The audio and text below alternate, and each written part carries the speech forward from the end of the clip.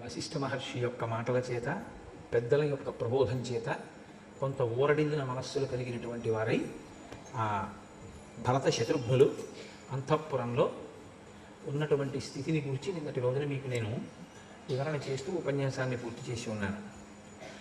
ఆ సమయంలో భరత శత్రుఘ్నులు ఇద్దరు అంతఃపురంలో మేడ మీద కూర్చుని ఉన్నారు. కూర్చుని మాట్లాడుకుంటున్నారు. ఇక్కడ మీరు ఒక విషయాన్ని గమనించవలసి ఉంటుంది. ఎప్పుడు మాట్లాడుకున్నా భరతుడి పక్కన శత్రుఘ్నుడు ఉంటాడు, రాముడి పక్కన లక్ష్మణుడు ఉంటాడు. వాళ్ళిద్దరూ కూడా ఎప్పుడూ పక్కపక్కనే ఉంటారు. అలా ఉండడం వల్ల ఏ ప్రయోజనం సమకూరుతుంటుంది అన్న విషయాన్ని మీరు గమనించవలసినటువంటి రీతిలో కొన్ని సర్గలు నడుస్తాయి. దాని ఆంతర్యం ఏమిటో మీరు పట్టుకోగలగాలి. ఇప్పుడు ఇద్దరి మనస్సులు ఖేదపడి ఉన్నాయి. ఇద్దరికీ తండ్రి కదండి దశరథుడు. ఇద్దరూ కష్టంలోనే ఉన్నారు. ఇద్దరూ ఒకరితో ఒకరు మాట్లాడుకుంటారు. ఎందుకంటే వాళ్ళిద్దరికీ ఉపశాంతి కలుగుతుంది ఒకరితో ఒకరు మాట్లాడుకుంటే. మేడ మీద కూర్చుని ఉన్నారు. శత్రుఘ్నుడు అన్నాడు ఆ భరతుడితోటి, గతిర్య సర్వభూతానాం దుఃఖే కిం పునరాత్మన స రామ సత్వసంపన్న స్త్రియా ప్రవ్రాజితో వనం. సకల ప్రాణుల యొక్క కష్టములను తొలగించగలిగినటువంటి శక్తి కలిగినటువంటి వాడు రాముడు. కేవలం ఒక మనుష్యులకే కాదు, సకల భూతముల యొక్క కష్టాన్ని ఆయన తొలగించగలడు. అటువంటి స్థితి ఉన్నవాడు దుఃఖే కిం పునరాత్మన స రామ సత్వసంపన్న, చాలా సత్వగుణం కలిగినటువంటి వాడు. ఆయన ఎందు దోషం పట్టడం కూడా ఎవరికి సాధ్యమయ్యేటటువంటి విషయం కాదు. అటువంటి వాడు స రామ సత్వసంపన్న స్త్రియా ప్రవ్రాజితో వనం. ఒక ఆడది ఎలా వనానికి పంపించగలిగింది?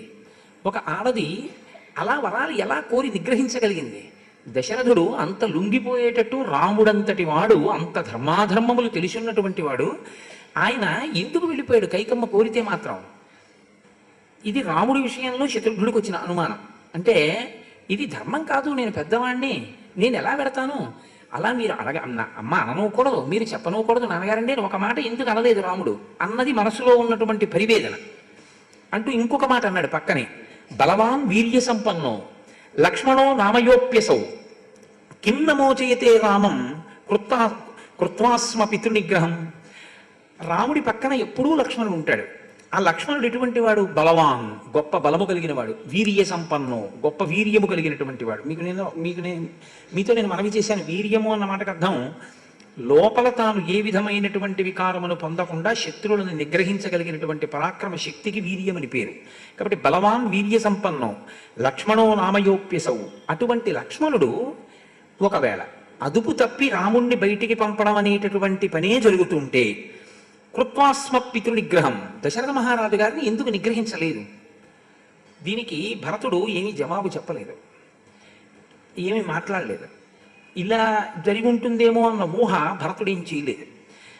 ఇలాగే శత్రుఘ్నుడు రోషంతో మాట్లాడుతున్నాడు. రాముడిని ఒక ఆరది పంపించడమా? అంత బలవంతుడైనటువంటి లక్ష్మణుడు రాముడితో వెళ్ళిపోవడమే తప్ప దశరథుణ్ణి నిగ్రహించకపోవడమా? ఇలా ఎందుకు జరిగింది అన్న కోణంలోనే మాట్లాడుతున్నాడు. భరతుడు ఏం జవాబు చెప్పలేదు. ఈలోగా ఒక ఆశ్చర్యకరమైన విషయం జరిగింది. ద్వారపాలకులు పరుగు పరుగున వచ్చారు. వచ్చి వాళ్ళు అన్నారు, యస్యాహ కృతే వనే రామో న్యస్త దేహశ్చ భప్పిత సేయం పాపా నృశంసాచ తస్యాహ కురు యథామతి. ఏ గూని కలిగినటువంటి ఆడది, ఏ మందర కైకమ్మ యొక్క మనస్సుని తన మాటల చేత పాడు చేసిందో, ఏ స్త్రీ మొట్టమొదట అసలు అసూయతో మాట్లాడడం వల్ల ధర్మాత్ముడైనటువంటి రాముడు వనములకు వెళ్ళిపోయాడో, ఏ ఆడది మీ అమ్మని రెచ్చగొట్టిన కారణంగా మీ తండ్రి అయినటువంటి దశరథ మహారాజు గారు ప్రాణాలు విడిచిపెట్టాడో, ఆ గూనిది ఇదిగో ఇక్కడే తిరుగుతోంది తూర్పు ద్వారం దగ్గర. తన గూనికంతటికి బంగారు కవచం వేసుకుంది, అంటే చేయించింది కైకమ్మ. దానికి కొన్ని బంగారు గొలుసులు అమర్చుకుని తాడు కట్టిన కోతి ఎలా ఉంటుందో అలా తిరుగుతోంది. మీరు ఆ తస్యాహ కురు యథామతి, మీరు ఏం చేద్దాం అనుకుంటున్నారో ఆవిడ్ని చెయ్యండి అని. ఇప్పుడు భరతుడు ఏం చేయలేదు. భరతుడు అలాగే కూర్చున్నాడు. శత్రుఘ్నుడు వెంటనే పరుగున వెళ్ళాడు. వెళ్ళి ఆ ద్వారపాలకులు పట్టుకున్నటువంటి ఆ మందరని పట్టుకుని భూమి మీద పడేటట్టుగా, అంటే అంత ఆవేశంగా లాగాడు ఆడదాన్ని. ఆవిడ కింద పడిపోయింది. కింద పడిపోతే ఆవిడ్ని బరబర ఈడ్చుకొస్తున్నాడు భరతుడి దగ్గరికి.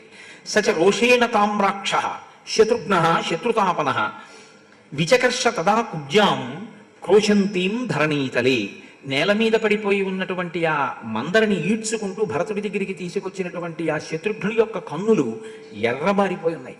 శత్రువులను తపింప చేయగలిగినటువంటి పరాక్రమవంతుడైన శత్రుఘ్నుడు ఒక గూని కలిగిన ఆడదాన్ని ఇలా ఈడ్చుకుని తీసుకుని వచ్చాడు.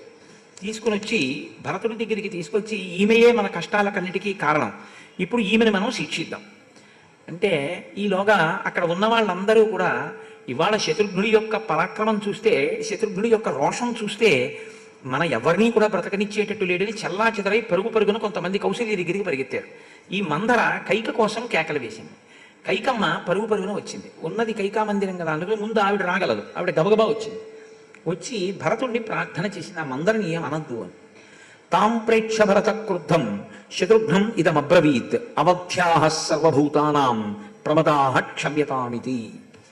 ఆయన అన్నాడు, కైకమ్మ తనని ప్రార్థన చేసినందుకు రక్షిస్తున్నట్టుగా భరతుడు మాట్లాడలేదు. ఒకసారి కైకమ్మ వంక చూశాడు ప్రార్థన చేస్తే. కైకమ్మకి జవాబు చెప్పలేదు, శత్రుఘ్నుడికి చెప్పాడు జవాబు. ఏమని? అవధ్యాః సర్వభూతానాం ప్రమదాః క్షమ్యతామితి. సమస్త భూతముల యందు చంపకూడనిది ఎవరైనా ఉంటే ఆడదే. ఆడదాన్ని చంపడానికి మనకు అధికారం లేదు.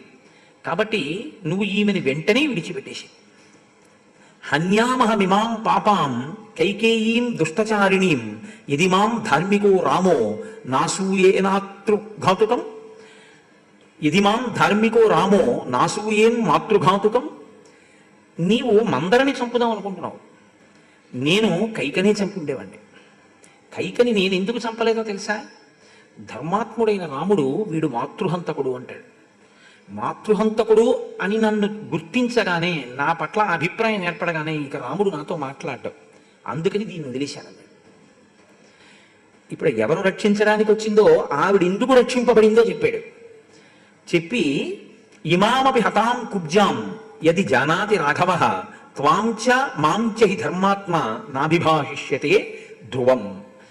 మనం ఈ కుబ్జిని చంపాము అన్న విషయాన్ని కానీ రాముడికి తెలిస్తే, త్వాంచ మాంచ నీతోటి నాతోటి కూడా రాముడు మాట్లాడడు. ఎందుకో తెలుసా? కుబ్జ ఎవరికి అపకారం చేసింది? రాముడికి అపకారం చేసింది. కుబ్జ రాముడికి అపకారం చేసింది అని రోషం ఉన్న ఎవరికి తెలుసు? లక్ష్మణుడికి తెలుసు. రాముడు చంపాడా కుబ్జని?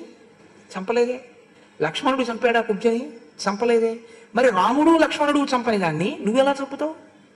ఒకవేళ నువ్వు చంపుతానంటే నేను పక్క నుండి అంగీకరిస్తే రాముడు చెయ్యని పని మనం చేయడానికి సిద్ధపడినట్ట. రాముడు ఈ పని చెయ్యకూడదు అనుకుంటేగా వదిలేశాడు. మరి రాముడు ఈ పని చెయ్యకూడదు అని వదిలేసిన దాన్ని నువ్వెలా చేస్తావు, నేను ఎలా చేస్తాను? అప్పుడు రాముడి దగ్గరికి వెడితే, అంటే నేను చెయ్యలేక వదిలేశాను అనుకుంటున్నావా, నువ్వెందుకు చేశావు అంటే ఏం చెప్తావు? వదిలేశాడంతే శత్రుఘ్నుడు. ఈ సర్గ అంతే ఉంటుంది. కానీ ఇందులో చాలా గొప్ప ధర్మ సూక్ష్మం ఒకటి ఉంటుంది. మీరు జాగ్రత్తగా పట్టుకోగలిగితే, రాముడి పక్కన లక్ష్మణుడు ఉంటాడు, భరతుడి పక్కన శత్రుఘ్నుడు ఉంటాడు. సాధారణంగా శత్రుఘ్నుడు ఎప్పుడైనా కొద్దిగా ఒడుదుడుకులకి లోనయ్యాడు అనుకోండి, ధర్మాన్ని అవలంబించడంలో తొట్టుపాటు వచ్చిందనుకోండి, భరతుడు దిద్దుతాడు. భరతుడు దిద్దడం అన్నమాట మీరు ఎప్పుడు ఎలా జ్ఞాపకం పెట్టుకోవాలంటే, భరతుడు దిద్దితే శత్రుఘ్నుడు దిద్దుకోవడానికి సిద్ధంగా ఉంటాడని గుర్తుపెట్టుకోవాలి.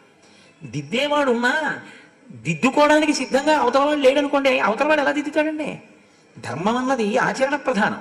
మీరు ఆచరించవలసిన దానికి ధర్మం అని పేరు.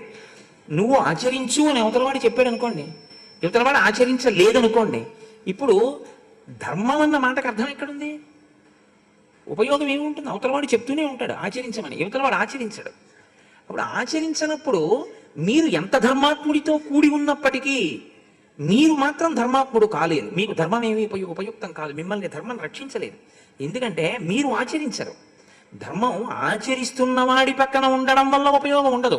ధర్మాచరణము చేసేవాడి పక్కన ఉండి ధర్మాచరణమును మీరు నేర్చుకోవాలి. ధర్మాచరణమునందు మీకు వచ్చే వైక్లభ్యాన్ని మీతో ఉన్నవాడు దిద్దగలిగిన వాడై ఉంటాడు. శత్రుఘ్నుడిని ఎప్పుడూ భరతుడు దిద్దుతాడా? భరతుడు తొట్టుపడతాడు, భరతుడు కూడా తొట్టుపడతాడు ధర్మంలో. అప్పుడు ఎవరు దిద్దుతారు? రాముడు దిద్దుతాడు. రాముడు తొట్టుపడతాడా ధర్మంలో? పడతాడు, నరుడు కాబట్టి. రాముడు పడడు అని మీరంటే తప్పు. నేను చూపిస్తా కొన్ని సందర్భాలు. ఆయన కూడా తొట్టుపడతాడు. అప్పుడు ఎవరు దిద్దుతారు? లక్ష్మణుడు దిద్దుతాడు. అలా ఎలా దిద్దుతారంటే రాముడికి చెప్పగలిగిన మనగాడా లక్ష్మణుడు అని మీరు అనుకోకండి. ధర్మం అంటే ఏమిటో తెలుసా అండి? తను చెయ్యవలసిన పని చెయ్యట్లేదని ఎంత చిన్నవాడు చెప్పినా ఒప్పుకోగలిగిన లక్షణాన్ని మీకు నేను చెప్పినప్పుడు చిన్నవాడు చెప్పడం పెద్దవాడు చెప్పడం ఉంటుందా? ఉండదుగా. నేను చెయ్యవలసిన పని నేను చెయ్యట్లేదు అని నాకన్నా చాలా చిన్నవాడు చెప్పాడు అనుకోండి, నిజమే ఇది నేను చెయ్యట్లేదు అనుకుంటే నేను మారడానికి సిద్ధంగా ఉంటే అది ఎంత చిన్నవాడు చెప్పినా నేను వింటేనే నేను ధర్మాత్ముడి. బాగా ధర్మాత్ముడు రాముడిని గుర్తు ఏంటంటే తనకి చెప్పే అధికారం లేనివాడు, తన దగ్గర నేర్చుకోవలసిన వాడు తనకి చెప్పినా వినడానికి సిద్ధంగా ఉంటాడు రామచంద్రమూర్తి. ధర్మమునందు వైక్లభ్యం లేకుండా ఉండడం అంత తేలికైన విషయం కాదు. వస్తుంది తడబాటు, కానీ మీరు దిద్దుకోవలసి ఉంటుంది. ఇప్పుడు ఒక విగ్రహాన్ని తీసుకొచ్చి ఒక దేవాలయంలో ప్రతిష్ఠ చేస్తారండి, కానీ ఒక దేవాలయంలో ప్రతిష్ఠ చేసిన తర్వాత మీరు దానికి నమస్కారం చేసి నా కోరిక తీర్చమని ప్రార్థన చేస్తారు. కానీ ఆ విగ్రహం రావడానికి అంత తేలికేం కాదు. ముందు చాలా కాలం నీటిలో కొన్ని వందల సంవత్సరముల నుంచి నానిపోయినటువంటి ఒక శిలని గుర్తించాలి. ఇప్పుడు ఇది గుర్తించడానికి స్థపతి చాలా గొప్పవాడై ఉండాలి. గొప్పవాడైన స్థపతి దాన్ని గుర్తిస్తాడు. ఈ శిలని బయటికి తీసుకుని అంటే అది ఎప్పుడు తేగలడు స్థపతి? స్థపతి ఈతగాడు కాడు. నీటిలో శిల ఉండగా స్థపతి పట్టుకోడు. ఎప్పుడో నీరు తీస్తుంది నది, తీస్తే ఆ శిల బయటికి వస్తుంది. ఈ శిల చాలా గొప్పదండి, దీంట్లో ఫలానా మూర్తిని చెక్కితే అత్యద్భుతంగా ఉంటుంది. ఇప్పుడు ఒక పోషకుడు కావాలి అంటే దాన్ని బయటికి ఈడ్పించి తెచ్చి దాన్ని ఉంచి దాంట్లోంచి శిల్పాన్ని చెక్కించడానికి ధనాన్ని వ్యయం చేసేవాడు ఉండాలి తప్ప ఆ విషయాన్ని పట్టుకొచ్చి ఎవరో నాబోటిగాడికి చెప్పారనుకోండి ఏమిటి ఉపయోగం? ఉపయోగం ఏమి ఉండదు. దానికి సమర్థుడు, ఆ శక్తి ఉన్నవాడు, ఉపయోగించగలిగిన నేర్పరికి చెప్పాలి. ఇప్పుడు ఆయన ఏమంటాడు, సరే తీసుకురండి అంటాడు. ఎక్కడికి తీసుకురావాలి? దాన్ని శిల్పాన్ని చెక్కే ప్రదేశానికి ఈడ్చుకెళ్తారు. దానికి స్థపత ఏం చేయడు. బాహుబలం కలిగిన వాళ్ళు దాన్ని తాళ్ళు కట్టి తప్పెట్లు కట్టి ఏదో పెద్ద వాహనం ఎక్కించి లేకపోతే ఈడుస్తూనో ఇసుక పోస్తూనో తీసుకెళ్తారు. తీసుకెళ్ళిన తర్వాత ఏం చేస్తారు? స్థపతి చెక్కడం. దాని మీద గీత గీసి ఇక్కడికి పాదాలు వస్తాయి, ఇక్కడికి మోకాళ్ళు వస్తాయి, ఇక్కడికి తొడలు వస్తాయి, ఇక్కడికి కడుపు వస్తుంది, ఇక్కడికి వక్షస్థలం వస్తుంది, ఇక్కడికి తల రావాలి, ఇక్కడికి చెవులు రావాలి, ఈ పక్క ముక్క పగలగొట్టేయండి అంటాడు. ఏది మూర్తి చేయడానికి అవసరమో ఆ భాగాన్ని నుంచి మిగిలిన దాన్ని తరిగేయడానికి కొంత ప్రావీణ్యం ఉన్న వాళ్ళు తరిగేస్తారు దాన్ని. ఇప్పుడు తర్వాత ఆ ఉన్న దాంట్లో నుంచి కడుపు చెక్కాలి. దీనికి ఇంకొక స్థాయి ప్రావీణ్యం ఉన్న వాళ్ళు చెక్కేస్తారు. చిట్ట చివర కళ్ళు చెక్కాలి. అప్పుడు స్థపతే కూర్చుంటాడు. అది అత్యంత కీలకం. చాలా జాగ్రత్తగా చెక్కాలి. ఇలా చెక్కేటప్పుడు ఎటో చూసి దెబ్బ ఎక్కువ కొట్టారనుకోండి, పెచ్చి ఎగిరిపోయింది అనుకోండి, అయిపోయింది అంతే విగ్రహం అంతా. ఎంత దెబ్బ కొట్టాలో అంత దెబ్బే కొడుతూ, ఎంత ముక్క తీయాలో అంత ముక్కే తీస్తూ సౌందర్యాన్ని తీసుకురావాలి. ఇప్పుడు తీసుకొచ్చిన తర్వాత ఎక్కడ కూర్చుని చెక్కాడు శిల్పి? దాని కంఠం మీదో బొగ్గల మీదో కూర్చుని చెక్కుతాడు. తీసుకొచ్చి ప్రతిష్ఠ చేశారు. ప్రతిష్ఠ చేసిన తర్వాత అభిషేకం జరుగుతోంది. అభిషేకం జరిగిపోయిన తర్వాత ఒక ఆయన అన్నాడు, అంటే కంటి చివర ఇక్కడ చిన్న బొప్పిలా ఉండిపోయిందండి రాయి, ఒక్కసారి ఉలి తెచ్చి కొట్టేద్దురు అన్నాడు. కొడతాడా శిల్పి? ఇక కొట్టడం. అది ప్రతిష్ఠ అయిపోయిందంటే. ఇంత బాగా చిక్కితే తప్ప మూర్తి రాలేదు. ధర్మం కూడా అంతే అని మీరు జ్ఞాపకం పెట్టుకోండి. మీరు చెక్కబడాలి.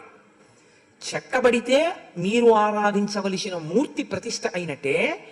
గురువాక్యముల చేత, పెద్దల వాక్యముల చేత, కావ్యపఠనం చేత, శాస్త్రపఠనం చేత మీ మనసు చెక్కబడి మీరు దాన్ని చదువుకున్న దాన్ని అనుష్ఠానంలోకి కూడా తెచ్చుకుంటూ ఉంటే, చదువుకున్నది చదువుకున్నట్టు వదిలేయడం కాదు, చదువుకున్న దాన్ని అనుష్ఠానంలోకి తీసుకొస్తే అప్పుడు ధర్మాత్ముడని పిలుస్తారు. లేకపోతే శుష్క పాండిత్యము అంటారు. అది ఎందుకు పనికి వస్తుందంటే ధారాళంగా ప్రసంగం చేయడానికి, 4 పద్యాలు చెప్పడానికి, కవిత్వం చెప్పడానికి పనికి వస్తుంది. ఆచరణ ఏం ఉండదు. ఎప్పుడో ఈశ్వరుడి పట్ల ఏదో పూజ చేశాడు, ఇప్పుడు వచ్చింది ఏదో సరస్వతీ కటాక్షం చెప్తాడంతే. ఆయనకుందా ఆచరణ? ఆయనకేం లేదు. ఇప్పుడు ధర్మాత్ముడు కాడు. ఉపన్యాసాలు ఏం చెప్పడం, ఎవరితో ఏం చెప్పడం, తాను చదువుకుంటాడు, తాను ఆచరిస్తాడు. ఎవడు గొప్పవాడు? తాను ఆచరించిన వాడు గొప్పవాడు. కాబట్టి బోధ గొప్పదే. బోధతో పాటు ఆచరించగలిగినటువంటి స్థితి కూడా ఉండాలి. ఆచరించగలిగిన స్థితి అనేటప్పటికీ వైగ్లభ్యం ఉంటుందండి, తొట్టుపాటు ఉంటుంది పరిస్థితుల ప్రభావంలో. ఈ తొట్టుపాటు దిద్దుకోవడానికి మీకు ఎప్పుడూ కూడా పక్కన సత్పురుషుడి యొక్క ఆసరా ఉండాలి. అందుకే ఓ పెద్ద మాట ఏం చెప్తారంటే శాస్త్రంలో, మీరు 1,00,00,000 రూపాయలు పోనివ్వండి, బెంగ పెట్టుకోవద్దు, సత్పురుషుడితోటి సహవాసం మాత్రం వదలకండి అంటే. ఎందుకో తెలుసా? ఆయనే మీకు మహోపకారం చేసేవాడు, ఆయనే మీ ఆచరణని దిద్దగలిగిన వాడు, ఆయనే మీకు ఇహమునందు పరమునందు కావలసినటువంటి అద్భుతమైన స్థితిని ఆర్జించి పెడతాడు. ఆయన పక్కన ఉంటే మీకు ఆర్జన వస్తుంది, ఆయన పక్కన లేకపోతే మీరు అలా ఆర్జించలేరు, మీకు ఇంకోలా పోతుంది. ఈ స్థితి మీకు ధర్మాన్ని పట్టుకున్న వాడితో కలిసి ఉంటేనే మీకు అది వస్తుంది. అందుకే రామాయణంలో శత్రుఘ్నుడు ఎప్పుడూ భరతుడి పక్కన ఉంటాడు, లక్ష్మణుడు ఎప్పుడూ రాముడి పక్కన ఉంటాడు. ఒకరి తొట్టుబాటుని ఒకరు దిద్దుతూ ఉంటారు. ఇది మనం కూడా ఉండవలసినటువంటి స్థితిని నేర్పుతుంది. దిద్దడం అన్నదాని యందు మీరు ఒక్కటే జ్ఞాపకం పెట్టుకోండి ఎప్పుడు, శ్రద్ధ. శ్రద్ధ అంటే భక్తి, దేవతల యందు భక్తి. మీరు శృతి చెప్పినటువంటి ప్రమాణాన్ని తీసుకుని దాని వలన భక్తితో మీరు చేసేటటువంటి కార్యాచరణమునందు పరిస్థితుల ప్రభావం చేత ఎప్పుడైనా తొట్టుపాటు కలిగితే పెద్దలైనటువంటి వారు అనునయ వాక్యములతో మీ తొట్టుబాటుని దిద్దడానికి సిద్ధంగా ఉన్నప్పుడు దిద్దుకునే పూనిక మీలో కూడా ఉంటే మీరు ధర్మాత్ములుగా నిలబడతారు. అందుకే రామకృష్ణ పరమహంస దీనికి ఒక అద్భుతమైన ఉదాహరణ చెప్పేవారు. ఏనుగు ఎప్పుడూ తొండాన్ని సరిగ్గా ఉంచదు. అది ఇలా నడుస్తూ ఉంటుంది, ఇలా ఎత్త స్తంభం ముట్టుకుంటుంది, ఈ తాడు లాగుతుంది, ఏదో కొమ్మ లాగుతుంది. శృంగేరిలో ఏనుగు ఆడవాళ్ళు తలలో పెట్టుకున్నటువంటి పువ్వులు లాగడం కూడా నేను చూశాను. అంటే శృంగేరిలో ఏనుగు ఎలా చేస్తుందని మీరు అనుకోకండి.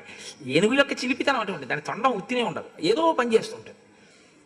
మావటి పక్కన నుండి ఏం చేస్తాడు, అలా వెళ్ళిపోతుంది అనుకోండి, మీరు కష్టపడి మారేడు చెట్టు పెంచారు, అది ఇలా ఎత్తుతుంది, మావటి ఏది పెట్టి ఇలా అంటాడు, తొండం దింపేస్తుంది.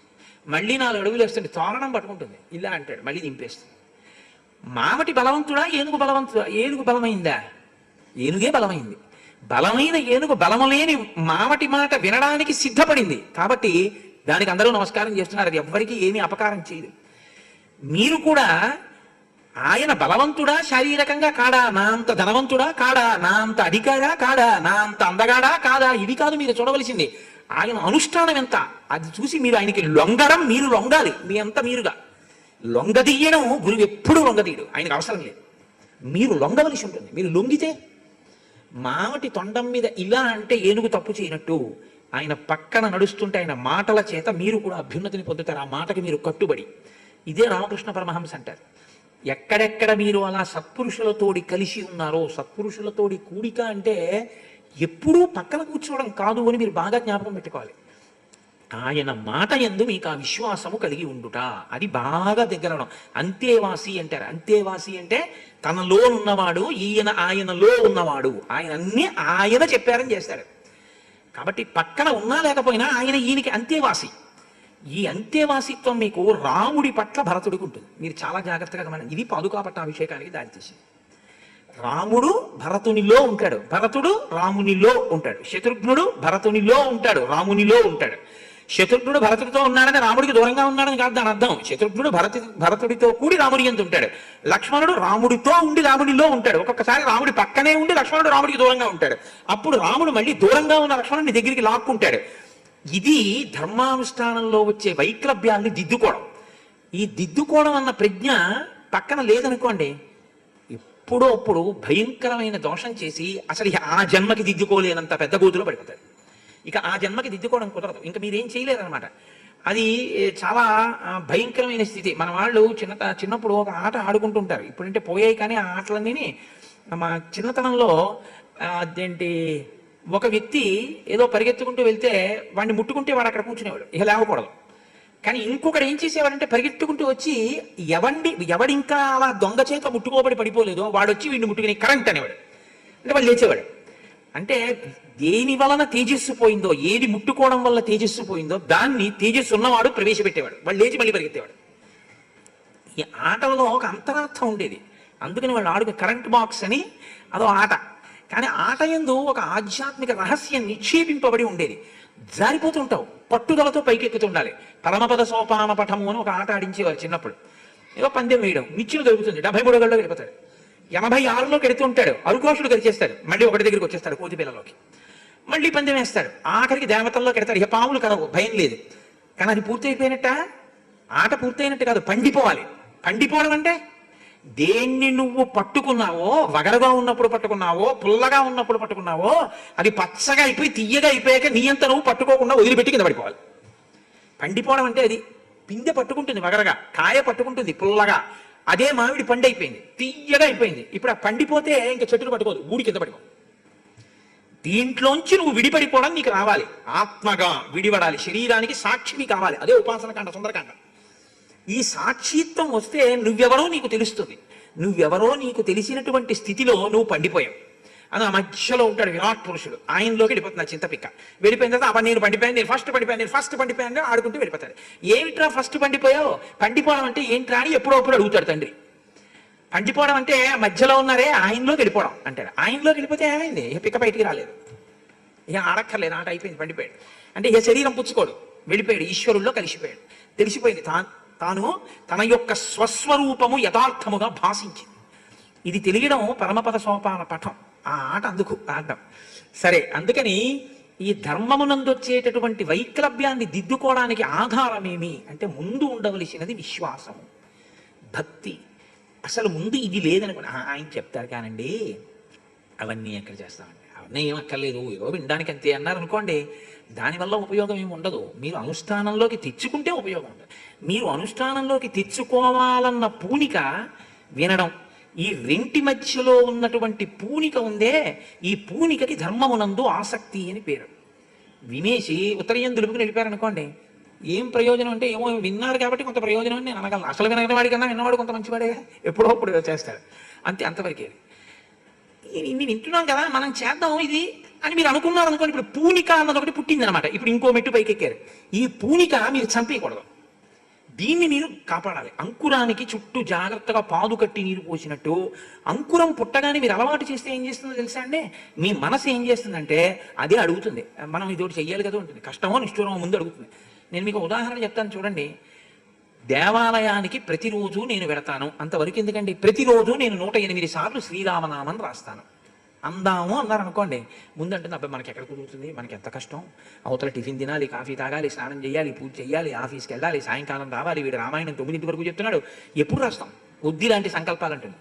ఏమి ఓ అరగంట ముందు లేస్తావు, అరగంట ముందు లేస్తే మిగిలిన అరగంట రామనామానికి పడతావు. రామాయణం ఎన్నాళ్ళు వింటావు? 42 అయ్యో పోయింది 12 రోజులు, ఇంకా మిగిలింది 30 రోజులు. 30 రోజులు 108 పర్యాయాలు నేను రామనామం రాసి తీరుతున్నాను రామాయణం వింటూ అని మీరు అన్నారు అనుకోండి. 3 రోజులు రాయించండి మీ మనసుని పెట్టి. 4వ రోజు ఏమంటుందో తెలుసా అండి? అరగంట ముందు లేకపోతే రామనామం రాయడం అవ్వదు, 108 మాటలు రాయాలి కదా అని మీకు అదే గుర్తు చేస్తుంది. ఏనుగు ముందు లొంగదు, మామటివాడు అంకుశం పెట్టి పొడిస్తే తనని కట్టవలసిన తాడు తొండంతో తీసి తానే ఇస్తుంది. మీ మనసు కూడా అంతే, మీరు దాన్ని సంస్కరించుకోవడం మీద ఉంటుంది. అది మధ్యలో పుట్టే పూనిక, ఆ పూనికని మీరు పోషించాలి. పోషిస్తే మీరు ధర్మావలంబకులు అవుతారు. దాన్ని చంపేశారనుకోండి, మీరేం చేయరు. 6:20కి స్నానం చేస్తానండి అని మీరు అన్నారు అనుకోండి, మనసు తప్పు ఉండదు, మీరు గుర్తుపెట్టుకోండి. 6:20కి జ్ఞాపకం చేస్తుంది, ఏదో తాదాత్మ్యతలో మర్చిపోతే నేను చెప్పలేగా 6:20 అయింది అంటే ఏం పర్వాలేదు ఇంకో 10 నిమిషాలు ఆగెళ్దాం అని మీరంటే ఊరుకుంటుంది శరీరం. 6:20 అయిందిలే అన్నారు అనుకోండి, లేచి వెళ్ళిపోతారు అంతే స్నానానికి. ఇది మీరు శిక్షణ ఇవ్వవలసి ఉంటుంది దానికి, ఆ శిక్షణ చాలా అవసరం. సరే, ఇంతకీ ఈ ధర్మాన్ని అందుకోవడం అనేటటువంటిది విశ్వాసం అన్న మాటతో, ఇది నేను చేస్తే రాముడు దగ్గరికి రానివ్వడు. కాబట్టి నిషిద్ధ కర్మ పరిత్యాగమునకు సులువైన మార్గం ఏమిటో తెలుసా అండి? రేపు ఈశ్వరుడి ముఖం ఎలా చూడడం, ఇది ఒక్కటే.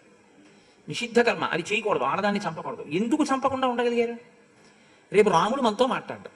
మీ ఇంటి పూజా మందిరంలో ఉన్న విగ్రహాలు మీరు తిరుపతిలోనూ కాశీలోనూ కొంతెచ్చుకున్నవే అని మీరు అనుకున్నంత కాలం మిమ్మల్ని మీరు సంస్కరించుకోవడం కుదరదు, గుర్తుపెట్టుకోండి. మీరు నిజాయితీగా ఈశ్వరుడు ఉన్నాడు మందిరంలో, సింహాసనంలో పెట్టిన పాదుకలు రాముడు అన్నాడు భరతుడు, అందుకని అలా పరిపాలించగలిగాడు. నా సింహాసనంలో ఉన్న విగ్రహం కాదు, ఈశ్వరుడు ఆయన ఉన్నాడు అక్కడ. నేను పాదయోహ పాద్యం సమర్పయామి అంటే ఆయన కాళ్ళు కరగబడతాయి, హస్తయోహ అర్ఘ్యం సమర్పయామి అంటే ఆయన చెయ్యి చాపుతారు, నేను నైవేద్యం పెడితే ఆయన తింటారు. నేను తప్పు చేస్తే రేపు పొద్దున నేను పూజా మందిరంలోకి వెళ్ళి కూర్చోగానే నా దగ్గరికి వచ్చి ఈ వేషాలు ఏం చేసావు నిన్న అని అడుగుతారు. నేను ఏం చెప్పనని మీరు అనుకున్నారు అనుకోండి, మీరు చేయలేరు. మీరు ఆలోచించండి. ఈశ్వరుడు ఉన్నాడు అని మీరు అన్నారు అనుకోండి, నికేతనే పితామాత అంటుంది వరాహ పురాణంలో ఆవిడ. ఇంట్లో ఈశ్వరుడు ఉన్నాడు, ఉండకపోవడం ఏంటంటే పూజా మందిరంలో ఉన్నాడు కదా అని స్వామి ఉన్నారండి, రేపు పొద్దున్న నేను వెళ్ళి ఆయన దగ్గరికి వెళ్ళి కూర్చోగానే హస్తయోహార్ఘ్యం చెయ్యి, నీ చేతి వీళ్ళు నాకెందుకు పాపాత్ముడా, ఇవన్నీ చెప్తావు, వెళ్ళి మళ్ళీ తప్పుడు పనులు అన్నీ చేసి వస్తుంటావు. బుద్ధి మార్చుకో. ఎన్నాళ్ళకి మీ పిల్లల్ని మీరు దెబ్బలాడినప్పుడు ఈశ్వరుడు మిమ్మల్ని దెబ్బలాడని ఎందుకు అనుకుంటున్నారా? కాబట్టి మీ పిల్లల్ని చూసి మీరు సంతోషంగా ఉండాలంటే మీ పిల్లలు తప్పు చేయకుండా కదా ఉంటే కదా ఉంటున్నారు. మీ పిల్లలు మంచి మార్కులతో పాస్ అయితే కదా ఉన్నారు. మీరు ధర్మం పట్టుకుంటే ఆయన అలాగే సంతోషించి ఒరే కోటేశ్వరరావు ఎంత మంచి పని చేసేవరా అని ఆయన అన్నాడు అనుకోండి, మీ పిల్లలకి ఏం లోటు? మీ ప్రేమ వాళ్ళకి దొరికినప్పుడు మీరు ఏమైనా వాళ్ళకి చేయగలరు. అలా మీరే చేయగలిగింది అఖిలాండ కోటి బ్రహ్మాండ నాయకుడు ఆయన మీకు ఏం చేయలేడని మీరు అనుకుంటున్నారు? కోట్లకి పడగలెత్తిన వాడికి డబ్బు కావాలంటే బ్యాంకుకి వెళ్ళాలేమో, ఈశ్వరుణ్ణి నమ్ముకున్న వాడికి అవసరానికి అది కూరుస్తుంది, వస్తుందంతే. ఆయన నిజంగా త్రికరణ శుద్ధిగా నాకు ఈ అవసరం కలిగింది ఈశ్వర అని పూజా మందిరంలో చెప్పుకుంటే ఈశ్వరుడు అనుగ్రహించి ఇస్తాడు, నన్ను నమ్మండి. నాకు వేదిక మీద చెప్పడం ఇష్టం లేదు, అనుభవాలు ఇవ్వగలడు ఈశ్వరుడు. ఎప్పుడు? డబ్బు అవసరమైనప్పుడు ఈశ్వరుడిని నమ్మడం కాదు, రోజు ఈశ్వరుడు ఉన్నాడని నమ్మి మిమ్మల్ని మీరు పట్టుకోండి. అది ధర్మం. రాముడు ఉన్నాడు అడవిలో, తెలుస్తుంది మందరిని చంపేస్తే ఆయనకి ఎలా తెలుస్తుంది? ఇక్కడ చంపేస్తే అక్కడ తెలిసింది ఏంటి? పక్కన కూడా ఉన్నారే. మా పూజా మందిరంలో ఉన్న ఆయనకి నేను ఏం చేశానో ఆఫీసులో తెలిసిందేంటి అని ఇలా అంటే ఆయన చూస్తున్నాడు, అన్ని భూతముల రూపంలో చూస్తున్నాడు, ఇక్కడ అంతర్యామిగా చూస్తున్నాడు. ఇక్కడ ఇలా పెట్టిన చేత్తో రేపు వెళ్ళి అక్కడ అలా దీపం పెడితే ఆయన మండిపోతాడని గుర్తుపెట్టుకో. ఎలా చేయి పెడతావు? కింద పెట్టలేవు. నీకు ఈశ్వరుడు ఉన్నాడన్న నమ్మకం ప్రధానం. రాముడు ఉన్నాడు. త్వాంచ మాం చైవ నభిభాషిష్యతే ధ్రువం. నీతో నాతో రాముడు మాట్లాడడు. శత్రుఘ్నుడు చెయ్యలేదు, భరతుడు చెయ్యలేదు. అలా అయితే ఈవిడే చంపేద్దును అన్నాడు అంతే. ఈవిడ చేసిన పాప ఆవిడ చెప్పింది, చేసింది ఈవిడే. ఈవిడ్నే చంపాలి, ఆవిడతో ముందు ఈవిడ్ని చంపేయాలి. చంపానా? మాతృహంతకుడు అంటాడు రాముడు, అందుకు వదిలేశాను. ఆవిడ్ని ఎందుకు చంపడం? ఆవిడ్ని వదిలేయాలి. ఇది సత్పురుషులతో కలిసి తిరగడం వల్ల వచ్చేటటువంటి పూనిక, ధర్మావలంబకత్వం ఎలా వస్తుంది అన్నదాన్ని శ్రీరామాయణం మనకి చూపిస్తుంది. ఆ ప్రక్రియని, ఆ లోతైనటువంటి విషయాన్ని మీరు పట్టుకోగలగాలి. పట్టుకుని అనుష్ఠానంలోకి తెచ్చుకుంటే ఉపకరణము సిద్ధి పొందుతుంది. ఉపకరణము బాగా ఉపయుక్తం అవుతుంది. అంటే మీరు దీన్ని నేను ఎలా చెప్పాలి అంటే, మీ దగ్గర ఓ 1 కోటి రూపాయలు ఉన్నాయి, సంతోషంగా ఖర్చు పెట్టుకుని ఆడుకుందామని ఒక నది ఒడ్డుకి వెళ్ళారు, 3 రోజులు ఉందామని. ఈలోగా అన్నారు నది ఎగువన వరదలు వస్తున్నాయి, కాబట్టి ఇంకొక 2 గంటలు దాటితే ఇక మీరెవ్వరు వెళ్ళలేరు ఈ నదిని దాటి. ఆ వరద ఎటు వస్తుందో తెలియదు, కొట్టుకుపోతారు. కాబట్టి తెప్పలు ఉన్నాయి, ఒక్కొక్కరికి ఒక్కొక్కటి. తెప్ప ఎక్కి వెళ్ళిపోండి 2 గంటల్లో, ఇది దాటడానికి గంట పడుతుంది, వెళ్ళిపోండి అన్నారు. అలాగంటారండి, ఎక్కడవో ఎగువ వరద అంటారు, ఇక్కడ ఉన్నాయో నీళ్లు, ఎక్కువ ఎగువన వరద ఉండడం ఏంటి? ఎవరు నమ్మారు? రండి ఆడుకుందాం అని చెప్పి వెళ్ళారు, వరద వచ్చేసింది, కొట్టుకుపోతారు. ఇప్పుడు మీ దగ్గర ఉన్న ఏదైనా మిమ్మల్ని రక్షిస్తుందా? తెప్ప రక్షిస్తుందా? తెప్ప రక్షిస్తుంది మిమ్మల్ని దాటడానికి. ఇది కూడా తెప్ప. ఈ సాధనం, దీన్ని పనిముట్టు అంటారు. నాకు ఇది ఎలా పనిముట్టో, ఈ కంటికి ఇది ఎలా పనిముట్టో, నేను ఈశ్వరుణ్ణి చేరడానికి ఇది పనిముట్టు. ఈ పనిముట్టుని ఎలా వాడుకోవాలో అలా వాడుకోవడానికి ధర్మం అని పేరు. అలా వాడుకోకపోతే అధర్మం అని పేరు. అందుకు కాకుండా ఇంకో దానికి వాడుకోవడం, ఈశ్వరుడు చెప్పని దానికి, అది బాగా జీవితంలో పట్టుకోవడానికి మనం భరత శత్రుఘ్నుల మధ్య వచ్చినటువంటి ఈ సంభాషణని ప్రాతిపదికగా తీసుకోవాల్సి ఉంటుంది. అందుకని మహర్షి ప్రతి చిన్న విషయాన్ని రామాయణంలో ఎవరు ఎక్కడ కూర్చుని ఏం మాట్లాడుకుంటున్నారు అన్నది ఎందుకు రాశారో తెలుసా అండి? రామాయణము మొత్తము ధర్మ ప్రతిపాదకము. అసలు మనకు ఉన్నదానికి సనాతన ధర్మం అని పేరు. దీనికి మతం అన్న పేరు లేదు, సనాతన ధర్మము. పీఠాలన్నీ ఉన్నది ఎందుకు? కేవలము ఈ ఒక్క పని కోసమే, ఇంకొక పని లేదు. ఇంకొక పని ఏదైనా చేస్తే అక్కర్లేని పని వాళ్ళు చేసినట్టు అంతే. నేను అలాగే మాట్లాడతాను, నాకు అంతకన్నా మాట్లాడడం చేత కాదు, ధర్మమే అంతే. ఇంకొక పనికి శంకరాచార్యులు వారు పెట్టలేదు. ఎక్కడ పీఠం ఉన్నా, ఎక్కడ దేవాలయం ఉన్నా, ఎక్కడ పెద్దలున్నా, ఎక్కడ గురువు ఉన్నా, దేనికి అంటే ధర్మ ప్రచారము కొరకు అంతే. ఇంకొక మాట లేనే లేదు. ఇదొక్కటి మీరు పట్టుకుంటే అన్నీ మీకు ఇస్తుంది, మిగిలిన ఎందుకు? ఇదొక్కటి నేర్పండి చాలు, ధర్మమే. అందుకే శ్రీరామాయణంలో ప్రతి చిన్న విషయాన్ని మహర్షి ఎందుకు చెప్తారంటే ఇది అందించాలి లోకానికి. అందుకని ఈ ధర్మ ప్రతిపాదన ఉంది కాబట్టి ఇద్దరు మాట్లాడుకున్నా ఏమన్నా మీకు చెప్తూనే ఉంటారు. అందులో అయోధ్యకాండ గృహస్థాశ్రమములకు సంబంధించిన ధర్మముల పుట్ట. అందులోంచి మీరు అన్ని ధర్మాలు తీసుకోవచ్చు. కాబట్టి ఇప్పుడు తర్వాత రోజు మంత్రులందరూ కలిసి పరిషత్ ఏర్పాటు చేశారు. ఏర్పాటు చేసి భరతుణ్ణి ఆ పరిషత్తులో కూర్చోబెట్టి ఒక మాట చెప్పారు. నాయన దశరథ మహారాజు గారు నీకు రాజ్యం ఇచ్చాడు, సింహాసనం దీర్ఘకాలం పాటు అలా ఖాళీగా ఉండకూడదు, అరాచకత్వం ప్రబలుతుంది, కాబట్టి నువ్వు ఈ రాజ్యాన్ని స్వీకరించు అంటే భరతుడు అన్నాడు, అభిషేచనికం భాండం కృత్వా సర్వం ప్రదక్షిణం భరతస్థం జనం సర్వం ప్రత్యువాచ ధృతవ్రతః జ్యేష్ఠస్య రాజతా నిత్యం ఉచితా హి కులస్యనః నైనం భవంతో మాం వక్తుం అర్హంతి కుశలా జనాః రామః పూర్వోహినో భ్రాత భవిష్యతి మహీపతిః అహం త్వరణ్యే వత్సామి వర్షాణి నవపంచ యజ్జతాం మహతీ సేన చతురంగ మహాబల ఆనయిష్యామ్యహం జ్యేష్ఠం భ్రతరం రాఘవం వనాత్. చేసుకో అని మీరు ఏ సంభావనలను తీసుకొచ్చి అక్కడ పెట్టారో వాటికి నేను ప్రదక్షిణం చేస్తున్నాను. నేను మీకు రామాయణంలో అనేక పర్యాయాలు వస్తుంది ప్రదక్షిణం అన్నమాట, నమస్కారం అన్నమాట అనేక పర్యాయాలు వస్తుంది. ఇది చాలా చాలా లోతైన విషయం. ప్రదక్షిణము నమస్కారము ఈ రెండు. ఎందుకంటే అసలు జీవితంలో నేర్చుకోవలసిన అత్యంత ప్రాథమిక విషయం ఈ ప్రదక్షిణ నమస్కారమే. కాబట్టి నేను ఎప్పుడైనా దానికి తగినటువంటి అవకాశం ఉన్నటువంటి సమయంలో నేను ఈ ప్రదక్షిణ నమస్కారం గురించి మీతో మనవి చేసే ప్రయత్నం చేస్తాను. దాని యందు భక్తిని ఆవిష్కరించడం, నాకు ఇవేం అక్కర్లేదు తీసాతో రాయండి నేనేం చేసుకోను అభిషేకం అనకూడదు. నువ్వు చేసుకోకపోతే పోయావు, చేసుకోవాలనుకుంటే అదే పదార్థం, ఇంకోటి లేదు. ఇవాళ నువ్వు చేసుకోవాలంటున్నావు, ఎవరు చేసుకోవాలంటున్నావు? రాముడు చేసుకోవాలంటున్నావు. అప్పుడు దేంతో చేయాలి? దానితోనే చేయాలి. నువ్వు దాన్ని ఎందుకు నిందిస్తావు? మరి అంత పవిత్రత దానికి ఉంటే ఆ పదార్థాన్ని ఎందుకు ఈసడించడం? మీరు బాగా గమనించండి. ఇవాళ మనం అలక్ష్మి కలుగుతోందంటే చాలా చోట్ల ఉండే నిరసన భావం ఇది. ఏ వస్తువుని తృణీకరించకూడదో దాన్ని. ఇప్పుడు నీకు భోజనం తినాలని లేదు, నువ్వేమనాలి? నాకు ఇవాళ ఆకలిగా లేదు, భోజనం వద్దులేండి, వేరొక ప్రయోజనానికి వేరొకరికి దాన్ని వినిమయం చేయండి అని చెప్పాలి. దిక్కుమాల భోజనం ఇప్పుడేంటి అనకూడదు. దిక్కుమాలిన భోజనం ఏంటి? కాసేపు ఆగి నీకు ఆకలిస్తే అదే భోజనం, అది బ్రహ్మం, అది అన్నం పరబ్రహ్మస్వరూపం. దాన్ని ఎందుకు తిడతావు? దాన్ని తిట్టకూడదు ఎప్పుడు. చూడండి, శనిగాడు అంటుంటారు. శనిగాడు ఏమిటి? ఆయన శనైహి చరహ, ఆయన మెల్లమెల్లగా నడుస్తాడు. ఆయనకి ఈశ్వర శబ్దం ఉంది పక్కన. అటువంటి మహానుభావుడు ఆయన నీకు జీవితంలో కష్టాన్ని ఎదుర్కోగలిగినటువంటి గొప్ప ఓర్పునిస్తాడు శనైశ్చరు. కాబట్టి అలా నింద చేయకూడదు. శనిగాళ్ళే వచ్చాడండి, దిక్కుమాలని అవతలబారే అంటాం. భోజనం పళ్ళాన్ని విసరడం, ఆ పువ్వులు మొదలైనటువంటివి కనపడితే తీసి పక్కన పెట్టకుండా తొక్కడం, ఇవి పదార్థం పట్ల ఎలా ప్రవర్తించాలో అలా ప్రవర్తించకపోవడం. భరతస్థం జనం సర్వం ప్రత్యువాచ ధృతవ్రత. ధృతవ్రత అన్న మాటకు అర్థం ఏంటో తెలుసా అండి? మనసులో శాస్త్రాన్ని బాగా పరిశీలనం చేసి ఒక నిశ్చయాత్మకమైన బుద్ధితో ఉన్నవాడు తప్ప, అలా అందరం అంతగా వాళ్ళు ఒకవేళ పట్టుదల పడితే చూద్దాం అంటుంటారు కొంతమంది. అంతగా పట్టుదల పడితే ఏం చేస్తానండి? కాదు, నీ మాట మీద నువ్వు, శాస్త్రవాక్కు మీద నువ్వు నిలబడి 10 మందిని నడిపించగలగాలి. అంతేగాని ఏం చేస్తానంటే నలుగురు అలా అంటే ఇంకా ఏం అనలేకపోయానండి అని కొన్ని అక్కర్లేని నీతి సూత్ర పలుగురాడు మాట పాటి అయి ధరదిల్లు ఒక్కడాడు మాట ఎక్కదిందు, ఇలాంటివన్నీ తీసుకొచ్చి ధర్మానికి తీసుకొచ్చి పెట్టేసి సర్వనాశనం చేసేయకూడదు. కాబట్టి అయ్యో ఎన్నికలకి వాడికి పనికొస్తుందేమో, పలుగురాడు మాట పాటి ధరదిల్లు ఒక్కడాడు మాట ఎక్కదిందు అన్నది. అందుకని ధర్మానికి అలాంటివి ఏం పనికిరావు. ధర్మానికి ఏవాడో తెలుసున్నవాడో వాడు ఒక్కడ చెప్పిందే ధర్మం, తెలుసున్నవాడు చెప్పిన 10 మంది చెప్పింది ఏం ధర్మం అవదు. అలా చెప్పమని ఎక్కడ శాస్త్రంలో లేదు కూడా.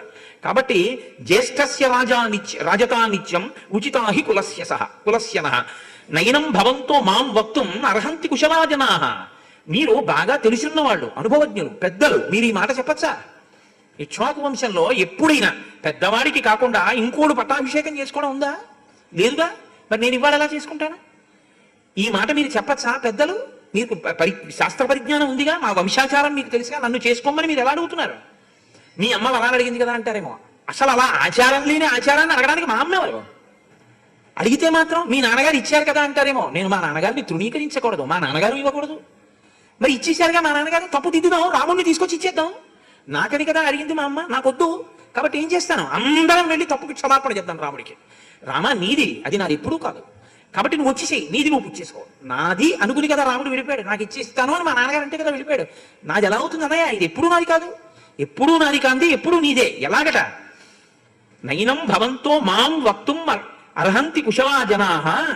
ఆ అప్పజెప్పడంలో కూడా రాముడికి అప్పజెప్పడానికి భరతుడు ఒకడే నిర్ణయం చేసుకున్నాడు తప్ప మిగిలిన వాళ్ళందరూ అదేంటి వాళ్ళ నాన్నగారు భరతుడికి ఇచ్చినప్పుడు భరతుడు ఉండాలి, భరతుడు ఏంటి అరణ్యానికి వెళ్తున్నాడు, ఆయన వెళ్తే వెళ్ళాడే కానీ అని మా అన్నయ్య అనుకోకూడదు.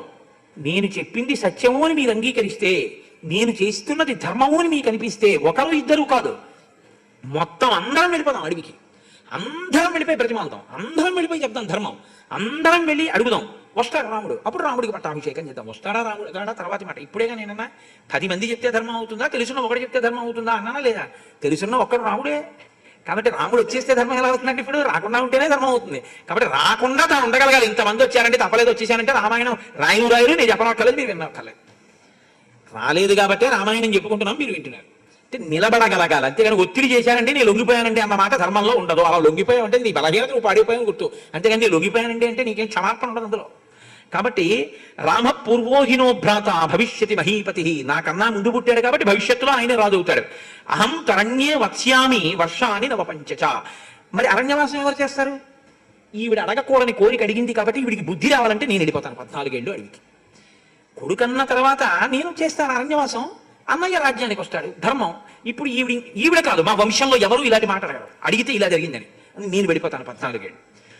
యుజ్యతాం మహతీ సేనా చతురంగ మహాబల అనయిష్యామ్యహం జ్యేష్ఠం భ్రతరం రాఘవం వనాత్. వనము నుండి రాఘవుణ్ణి తీసుకురావడానికి చతురంగ బలాలతో కలిసి మొత్తం ప్రజలందరూ వెళ్ళాలి. కాబట్టి బయలుదేరండి. ఎలా వెళ్ళాలి?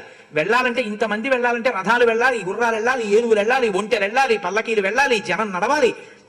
ఇలా నడవడానికి వీలుగా చెట్లు కొట్టేవాళ్ళు, గోతులు తవ్వేవాళ్ళు, రాళ్లు ఏరేవాళ్ళు, ఎక్కడ కావాలంటే అక్కడ ఉండడానికి విశ్రాంతి భవనాలు ఏర్పాటు చేసేవాళ్ళు, గుర్రాలు ఏనుగులు నీళ్లు తాగడానికి పెద్ద పెద్ద సరోవరాలు ఏర్పాటు చేసేవాళ్ళు. దారికి అడ్డంగా ఎక్కడైనా చెరువులు అవి నీరు నిలబడిపోయి ఉంటే వాటి కట్టలు తెంచేసి అక్కడ సమతలం చేసి వెళ్ళడానికి అనువుగా చెయ్యగలిగినటువంటి వాళ్ళు, మిట్టల్ని నేలల్ని సమానం చెయ్యగలిగినటువంటి వాళ్ళు, శిల్పులు, వడ్రంగులు, యంత్రాల్ని నడపగలిగినటువంటి వాళ్ళు, పెద్ద పెద్ద చెట్లు నరకగలిగినటువంటి వాళ్ళు, ఇలాంటి వాళ్ళందరినీ తీసుకెళ్లి రాముడు ఎక్కడున్నాడో అక్కడ వరకు మన సైన్యం అంతటితో మన నగరంలో ఉన్న జనులందరూ వెళ్ళిపోవడానికి వీలుగా అడివంతా చెక్కేసేయండి, వెళ్ళిపోవడం. కాబట్టి ఇప్పుడు వాళ్ళందరూ బయలుదేరి వెళ్ళిపోయారు.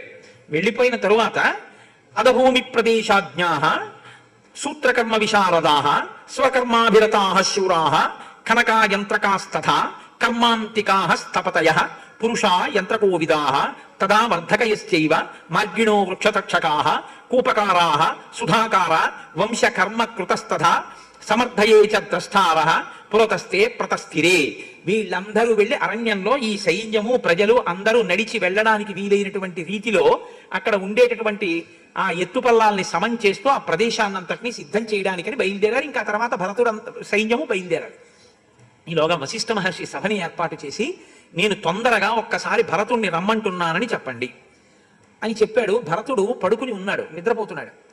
వందిమాగదులు వెళ్ళి ఆ స్తోత్రం చేసి శంఖాలు పూరించారు, మృదంగధ్వని చేశారు, వీణానాదం చేశారు, పెద్ద స్తోత్రం చేస్తున్నారు. అంటే రాజుని ఏ మర్యాదతో లేపుతారో అలా లేపారు భరతుణ్ణి.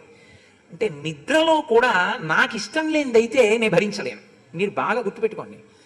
నాకు ఇష్టమైంది అనుకోండి, అది నాకు ఆమోదయోగ్యం అవుతుంది. నాకు ఇష్టం లేదనుకోండి, అది నిద్రలో వినపడినా నాకు ఇష్టం ఉండదు. ఒక ఉదాహరణ చెప్పాలి అంటే, వేదం నాకు ఇష్టం అనుకోండి, నేను నిద్రపోతుంటే ఏదో అలిసిపోండగా వేదం వినపడింది అనుకోండి, వేద పఠనం వినపడింది, బా ఎక్కడో ఎంత అద్భుతంగా ఎంత స్వరంతో ఎంత బాగా చదువుతున్నారో అని ఓసారి అలా వినపడేటట్టుగా చెవి పెట్టి వింటాను. నాకే వేద పఠనం అంటే ఇష్టం లేదనుకోండి, గోలంతాను పొద్దున్నే వేదాలు అవి ఇవి అన్ని పెడతారేంటి, శుభ్రంగా మంచి పాటలు పెట్టండి, మంచి ఛానల్ చూసి అంటారు కదా. మనస్సుని బట్టి ఉంటుంది ప్రీతి అప్రీతి, విషయంలో ఉండదు. నీ మనసు ఎలా ఉంది అన్నదాన్ని బట్టి తెలుస్తుంది. శంఖాలు అవి ఊతే ఎవరు లేరు కదండి ప్రస్తుతానికి, మరి నేనే కదా రాజు అనుకుంటున్నారు, అందుకని అలా లేపుతారు. అది సహజం అని చెప్పి లేచాడు అనుకోండి, రాసరికం మీద ఎక్కడో ఇష్టం ఉందని గుర్తు, ఆ పదవిలో కూర్చోడానికి ఇష్టం ఉందని గుర్తు. వశిష్ఠుడు ఏం తక్కువడు కాడు, బాగా పరీక్షించి చూస్తున్నాడు. ఇప్పుడు ఆయన అన్నాడు, తత ప్రబుద్ధో భరతం తం ఘోషం సన్నివర్త్యచ నాహం రాజేతి చాప్యుక్త్వా శత్రుఘ్నమిదమబ్రవీత్. నేను రాజుని కాను, ఎవడరా శంఖనాదం చేస్తున్నవాడు, వందిమాగతులు స్తోత్రం చేస్తున్నవాడు రాజునైతే అలా లేపాలి, నేను రాజునా, నన్ను ఎందుకు లేపుతారు అలాగా, నేను సామాన్యుణ్ణి, రామభృత్యుణ్ణి, కింకరుణ్ణి, నన్ను అలా లేపక్కర్లేదు, నేను మామూలుగా లేస్తాను, అవన్నీ ఆపేసేయండి ముందు అన్నాడు. అంటే అసలు రాజు ఏది చేయించుకుంటాడో అది రాముడు చేయించుకోవాలి తప్ప నేను చేయించుకోవడం ఏంటి, నేను రాజుని కాను. అంటే భావం బాగా పట్టి ఉన్నవాడు తప్ప ఏదో నాలుక మీద మాటగా అంటున్నవాడు కాడు. లోపల లేకుండా నాలుక మీద అంటున్నవాడి వల్ల 2 ప్రమాదాలు ఉంటాయి. ఇప్పుడు తెలుసా అండి, ఒకటి అలా అంటాడు, అలా అన్నాడు కదా అని మీరు నిజం అనుకుని ఇవ్వడం మానేశారు అనుకోండి, కక్ష పెట్టుకుంటాడు వాడు. నేను అంటే మాత్రం అండి కొంచెం అదేంటి బలివారే తీసుకోండి అనద్దండి, నేను అన్నాను వదిలేసాడంటే అంటే ఎలా ఎగ్గొట్టేద్దామని చూస్తాడు అనమాట అంటాడు.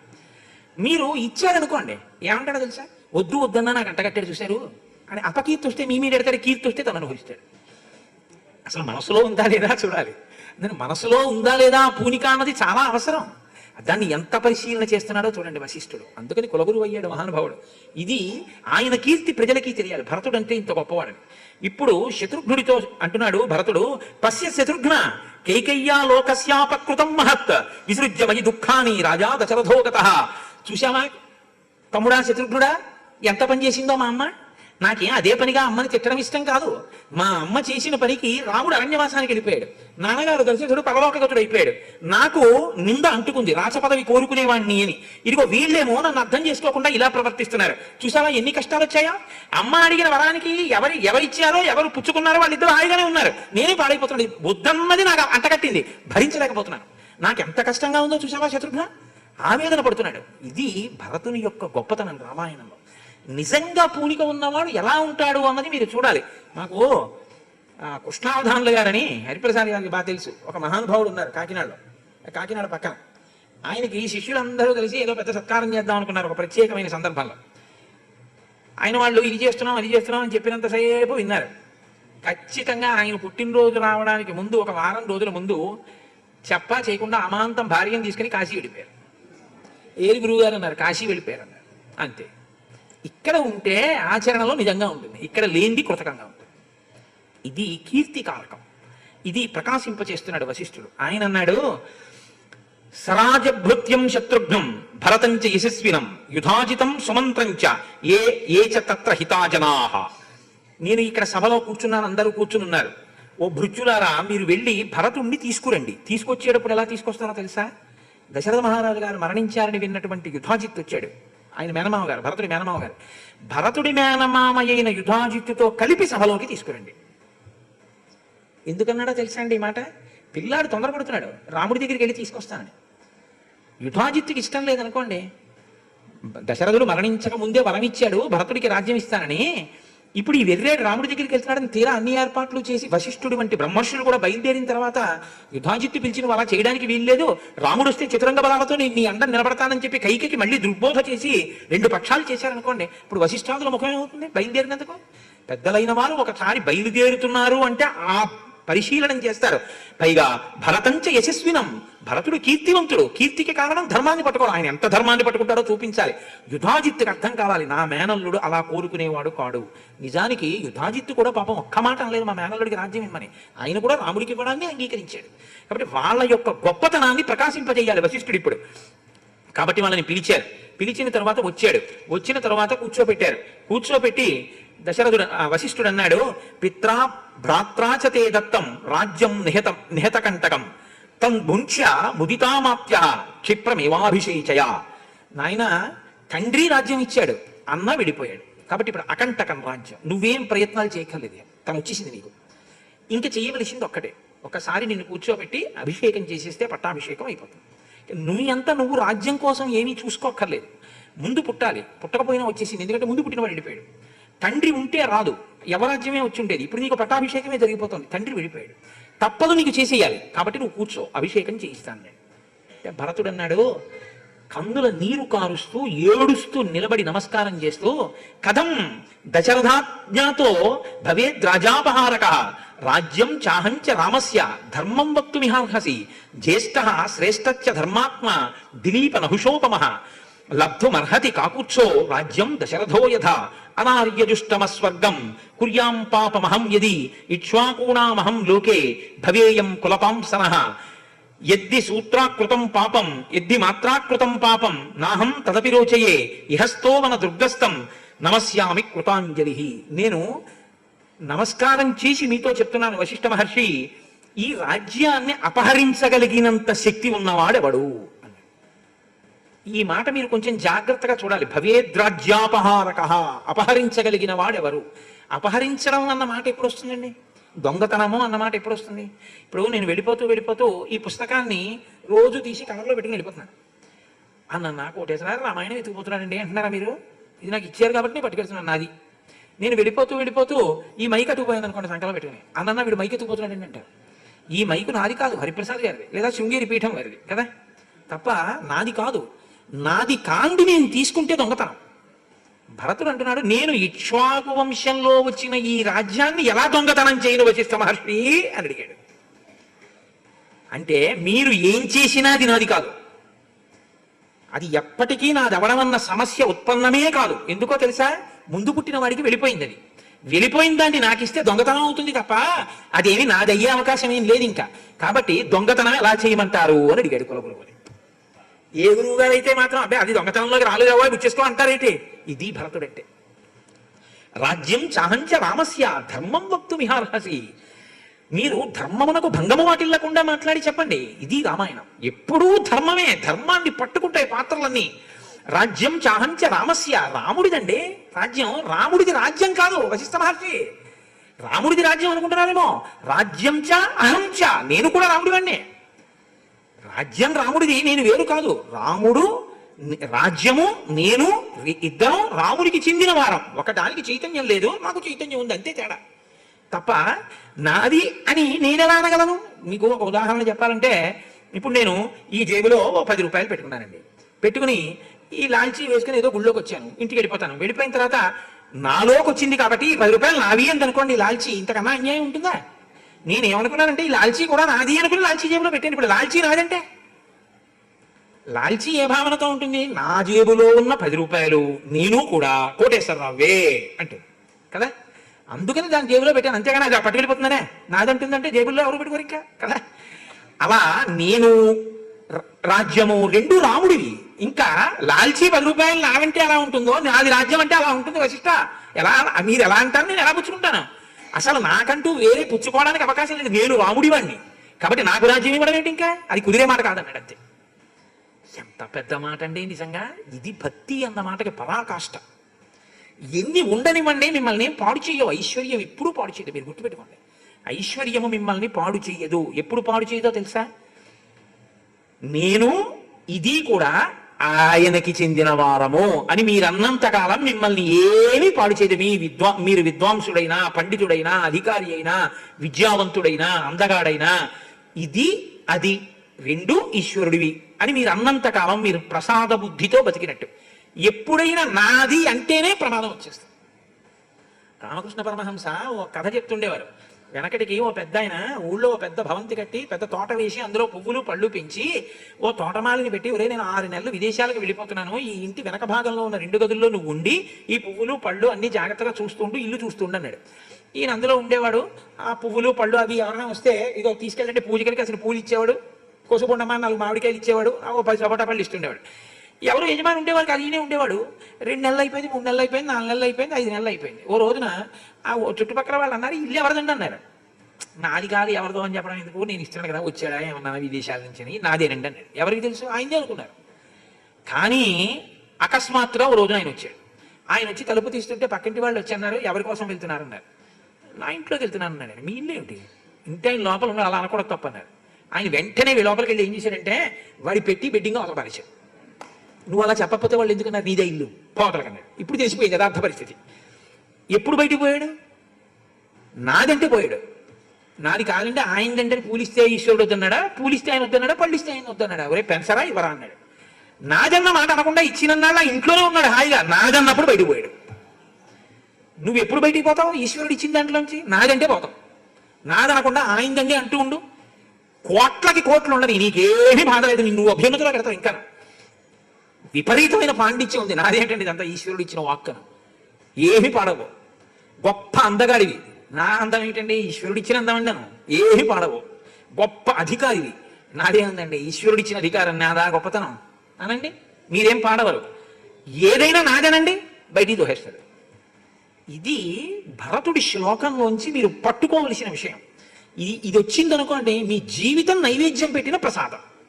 ప్రసాదం మీరు తినడం కాదు, మీ జీవితమే ప్రసాదం.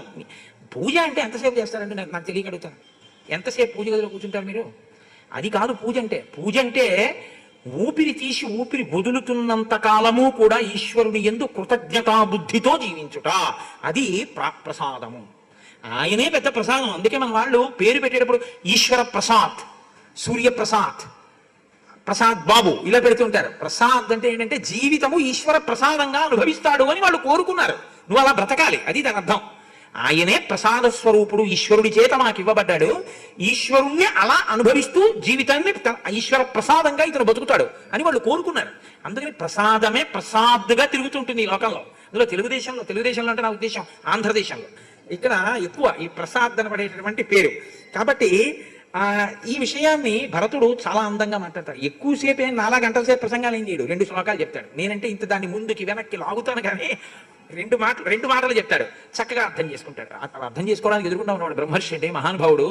ఆయనకి తెలియదేంటి, ఆయనకి అన్నీ తెలుసు. కానీ యుధాజిత్తుకి అర్థం కావాలి భరతుడి గొప్పతనం ఏమిటో, లోకానికి అర్థం కావాలి భరతుడు ఎవరు.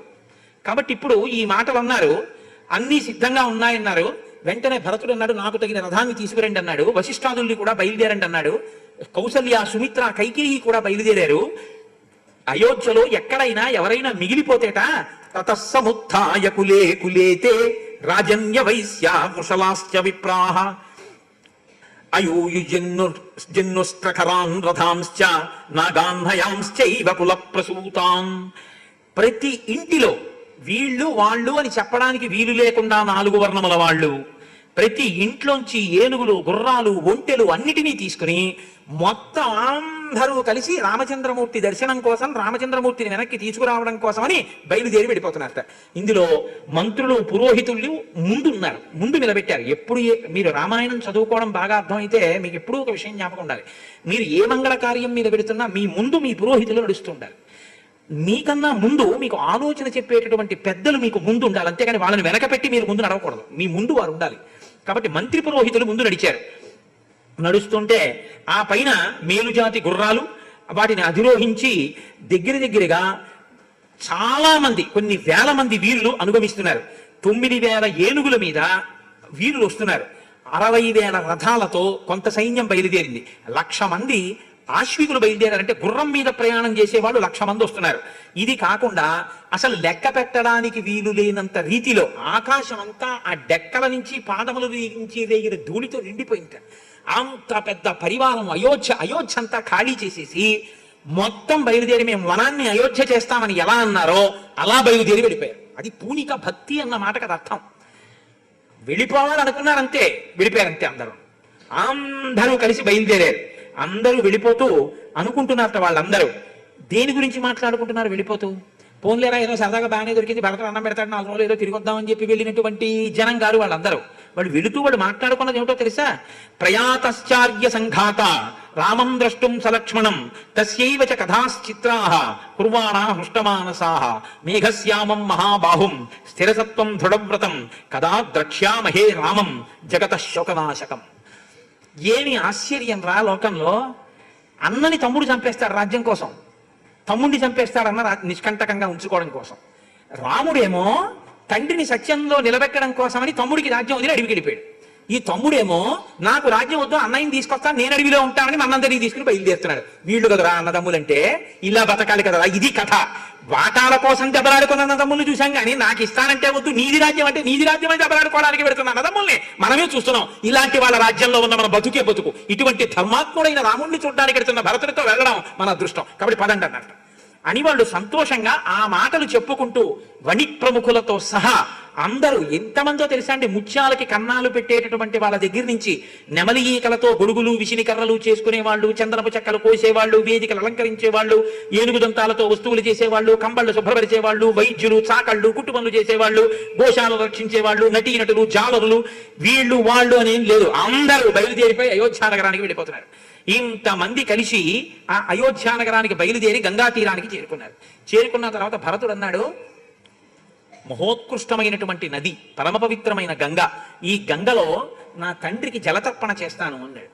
జలతర్పణ చేస్తాను అని జలతర్పణ చేశాడు. మీరు ఇక్కడ నేను ఒక మాట చెప్పకపోతే అయోధ్యకాండ గురించి నేను ఒక మంచి విషయాన్ని ప్రస్తావన చేయడం లోపం చేసినట్టు అవుతుంది. మీరు ఎప్పుడూ కూడా 2 విషయాల్ని జీవితంలో బాగా జ్ఞాపకంలో ఉంచుకోవాలి. మనిషి 2 కార్యములు తప్పకుండా చేస్తూ ఉండాలి. ఒకటి పితృకార్యము, 2 దైవ కార్యం. దైవ కార్యము చేస్తాడు, పితృకార్యము చేస్తాడు. ఈ దైవ కార్యం చేసేటప్పుడు భక్తితో చేయాలి. బాగా గుర్తుపెట్టుకోండి, దైవ కార్యాన్ని భక్తితో చేయాలి, పితృకార్యాన్ని విశ్వాసంతో చేయాలి. బాగా జ్ఞాపకం పెట్టుకోండి. ఎందుకో తెలుసా అండి, భక్తి అన్న మాటకి మీకు లోపల కించిత్ ప్రమాణం అందుతూ ఉంటుంది. ఇప్పుడు భక్తి అంటే ఏంటంటే, నేను లేచో దీపం పెడతాను అంటే, ఎప్పుడైనా మీకు పూజా దాని అంతరార్థం గురించి ఎప్పుడైనా ఉపన్యాసం వేరే చెప్పినప్పుడు చెప్తాను. ఇప్పుడు అందులో కలిపితే రామాయణం ఇప్పుడు చెప్పండి. నేను ఇంకా ఒక్కటి ఉదాహరణ చెప్పి వదిలేస్తాను. దీపం పెడతాం, ఎందుకంటే దీపం నత్ర సూర్యో భాతి నచంద్రతారకం నేమా విద్యుతో భాతి కుతో యమగ్రహిత్వమేవ భాంతం అనుభాతి సర్వం తస్య భాషా సర్వమిదం విభాతి అంటాం. కానీ అది అలా విడిచిపెట్టండి. ఆ దీపాన్ని పరబ్రహ్మంగా ఎక్కడా వెలుతురు లేని చోట అది వెలుతురై భాషిస్తోంది, వెలుతురులకు వెలుతురు అని ఆ మాట అండం వేరే విషయం. గజేంద్ర మోక్షంలో పోతన గారు అన్నట్టుగా, లోకంబులు లోకేశులు లోకస్తులు తెగిన తురి అలోకంబగు పింజీకటి కావల యవ్వండే కకృతి వెలుగు అతని నేసేవింతున్నంటారు. అది అసలు దీపం. ఆ దీపం మాట అలా ఉంచండి. ఏ వెలుతురు లేదని దీపం పెట్టారు మీరు. ఇప్పుడు 10 గంటలకి సత్యనారాయణ వ్రతం చేస్తే దీపం ఎందుకండి? అది కాదు. దీపం పెట్టడంలో అంతరార్థం ఏమిటో తెలుసా అండి? ప్రతిరోజు ఉదయం దీపం ఎందుకు పెడతామంటే, ఈశ్వరుడు ఈ కన్ను ఇచ్చాడు, ఈ కంటికి చూడగలిగినటువంటి శక్తి ఇచ్చాడు. ఈశ్వరుడు ఈ కంటికి చూడగలిగిన శక్తిని, నాలుకకి రుచి చెప్పగలిగిన శక్తిని, చెవికి వినగలిగిన శక్తిని, చర్మానికి ముట్టుకుంటే తెలిసేటటువంటి శక్తిని, ఈ నాలుగిటితో పాటుగా ముక్కుకి వాసన చూసేటటువంటి శక్తిని. చాలా జాగ్రత్తగా వినండి ఈ మాట నేను చెప్పింది మీరు. శబ్ద, స్పర్శ, రస, రూప, గంధములు అంటారు 5 తన్మాత్రలు. ఈ 5ంటిని తీసేసి మిగిలిన ఉంచేశాడు అనుకోండి, శరీరాలను ఉంచేశాడు. ఒకసారి ఊహ చేయండి. ఇవే లేవు అంతే. కళ్ళున్నాయి చూడవు, చెవులున్నాయి ఇలాగ ఏం వినపడదు, ముక్కు ఉంది వాసన ఏం తెలియదు, చర్మం ఉంది ముట్టుకుంటే ఏం తెలియదు, నాలుగు ఉంది రుచి తెలియదు. ఈ 5 తీసేశాడండి. నాలుగు ఉంచాడు, చెవి ఉంచాడు, ముక్కు ఉంచాడు, నోరు ఉంచాడు, అన్నీ ఉంచాడు. ఇప్పుడు మీకు లోకంలో జలపాతాలతోటి, పెద్ద పెద్ద పర్వత శిఖరాలతోటి, సూర్యబింబం ఉదయించడంతో, చంద్రబింబం ప్రకాశించడంతో, ఈశ్వరమూర్తిని చూడడంతో, లోకంలో ప్రకృతిలో ఉన్నటువంటి అందాలతో మీకు ఏమైనా అనుబంధం ఉందా? మీరు అనుభవించేది ఏమైనా ఉందా? ఏం లేదు. అంటే మీరు చూసేది ఏం లేదు. ఇక మీకు రామాయణాది కావ్యములతో కానీ, భారతం వంటి ఇతిహాసములతో కానీ మీకు ఏమైనా అవసరం ఉందా? మీరు వినేదేం లేదు. నిప్పు కణిక తీసుకొచ్చి నాలుక మీద పెట్టినా, మైసూర్ పాక్ తీసుకొచ్చి నాలుక మీద పెట్టినా మీకు ఒకటే. ఎందుకనంటే మీ నాలుకకు రుచి తెలియదు, ఏది తిన్నా ఒకటే. పెంట కుప్ప మీద పేడ తీసుకొచ్చి ముక్కు దగ్గర పెట్టినా అంతే, మల్లె పువ్వు తీసుకొచ్చి ముక్కు దగ్గర పెట్టినా అంతే. కాబట్టి దేని సౌరభము మీకు తెలియదు. నిప్పు కనకనలాడుతున్న నిప్పు తెచ్చి చర్మం మీద పెట్టినా అంతే, మంచు గడ్డ తెచ్చి పెట్టినా అంతే.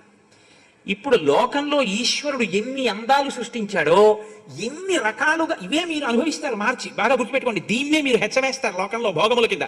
భోగములన్నీ ఇందులోకే వచ్చేస్తాయి, 5ంట్లోకే. మీరు ఎన్ని చూసినా, బెంగళూరు వెళ్ళానండి అంటాడు, ఏం చేసావు? ఏదో చూసి వచ్చానండి అంటాడు. అమెరికా వెళ్ళానండి, ఏం చేసావు? నయాగరా జలపాతం చూశానండి. ఎన్ని నువ్వు మార్చి మార్చి చూసిన సుఖాలన్నీ దీంతోనే. ఎన్ని రుచులు మార్చి మార్చి తిన్నా దీంతోటే. ఎన్నిటిని మార్చి మార్చి ముట్టుకున్నా దీంతోటే. ఎన్నిటిని మార్చి మార్చి విన్నా దీంతోటే. సమస్త భోగములు ఈ 5ంటిలోకి తీసుకొచ్చాడు ఈశ్వరుడు అనుభవించడానికి.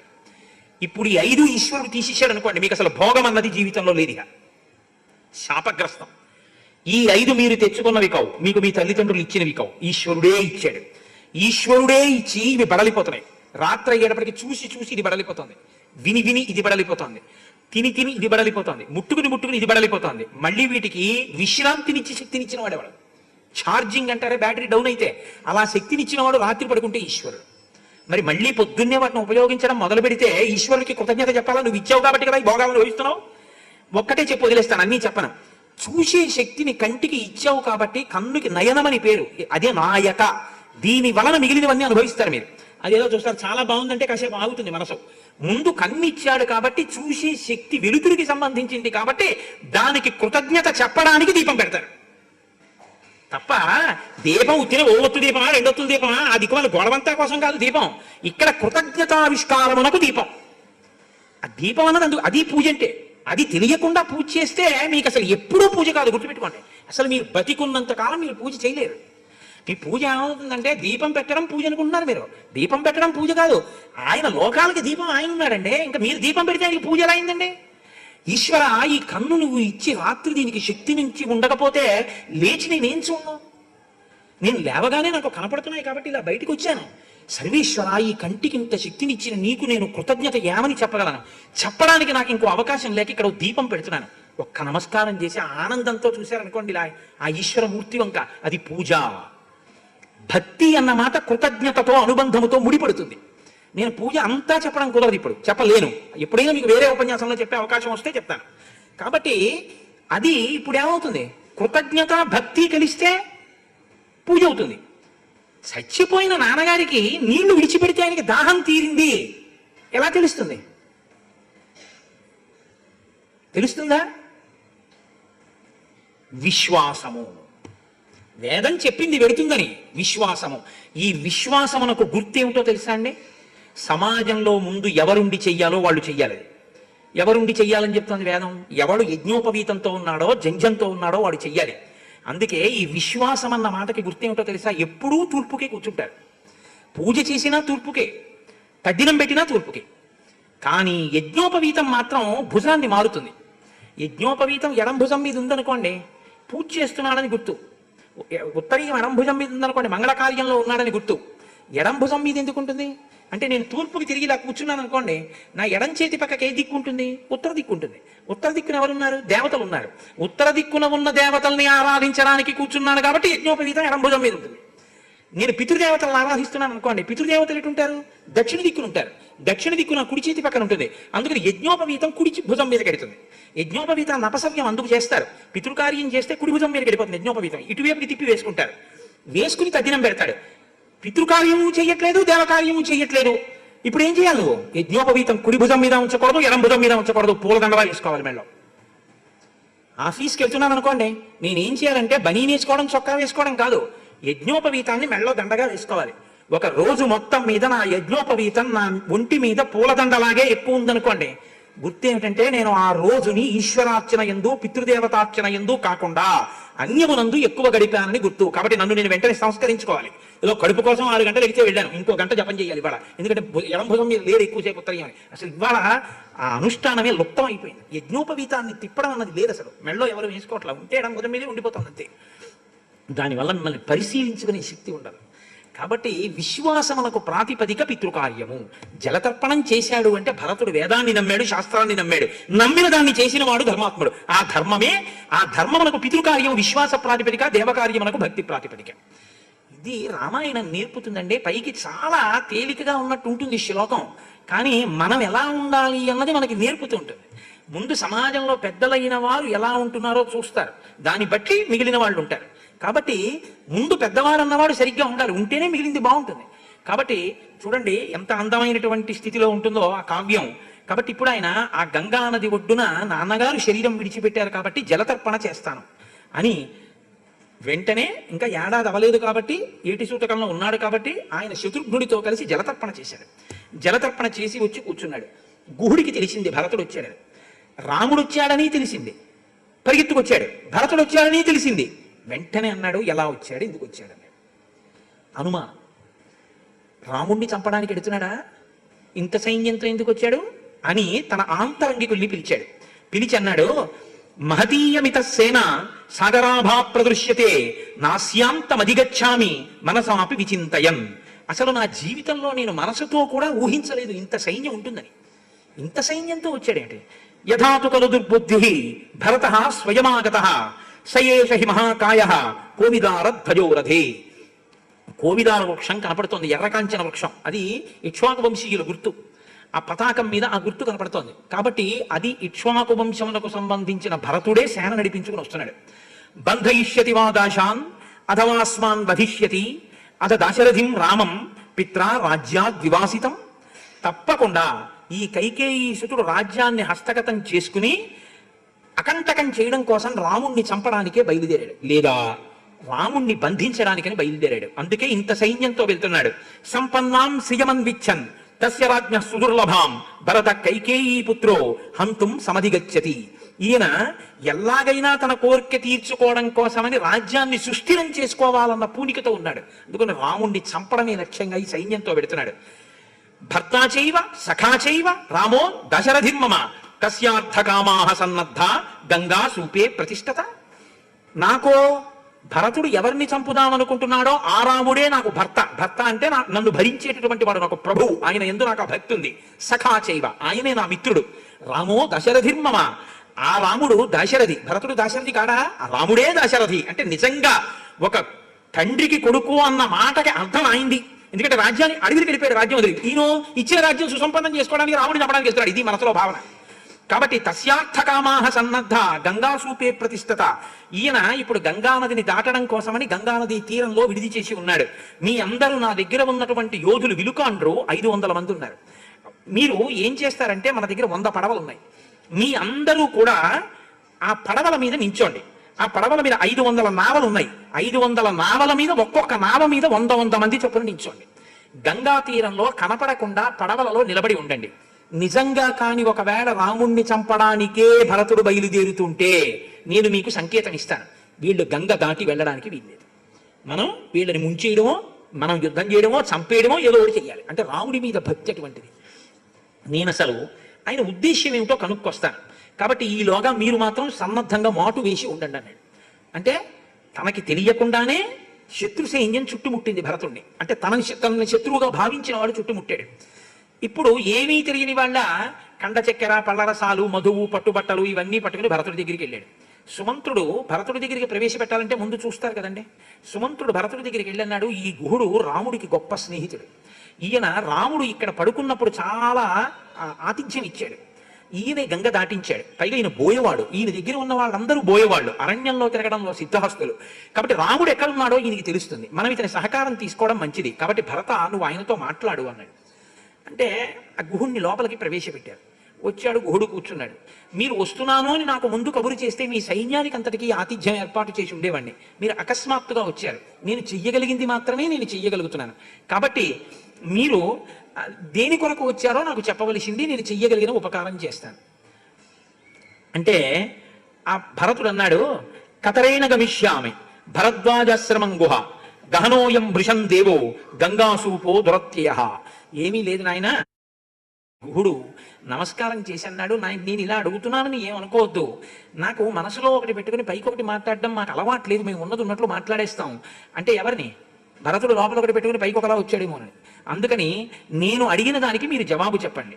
దశాస్త్వాను గమిష్యంతి ధన్విత సుసమాహితా అహం చాను గమిష్యామి రాజపుత్ర మహాయశ.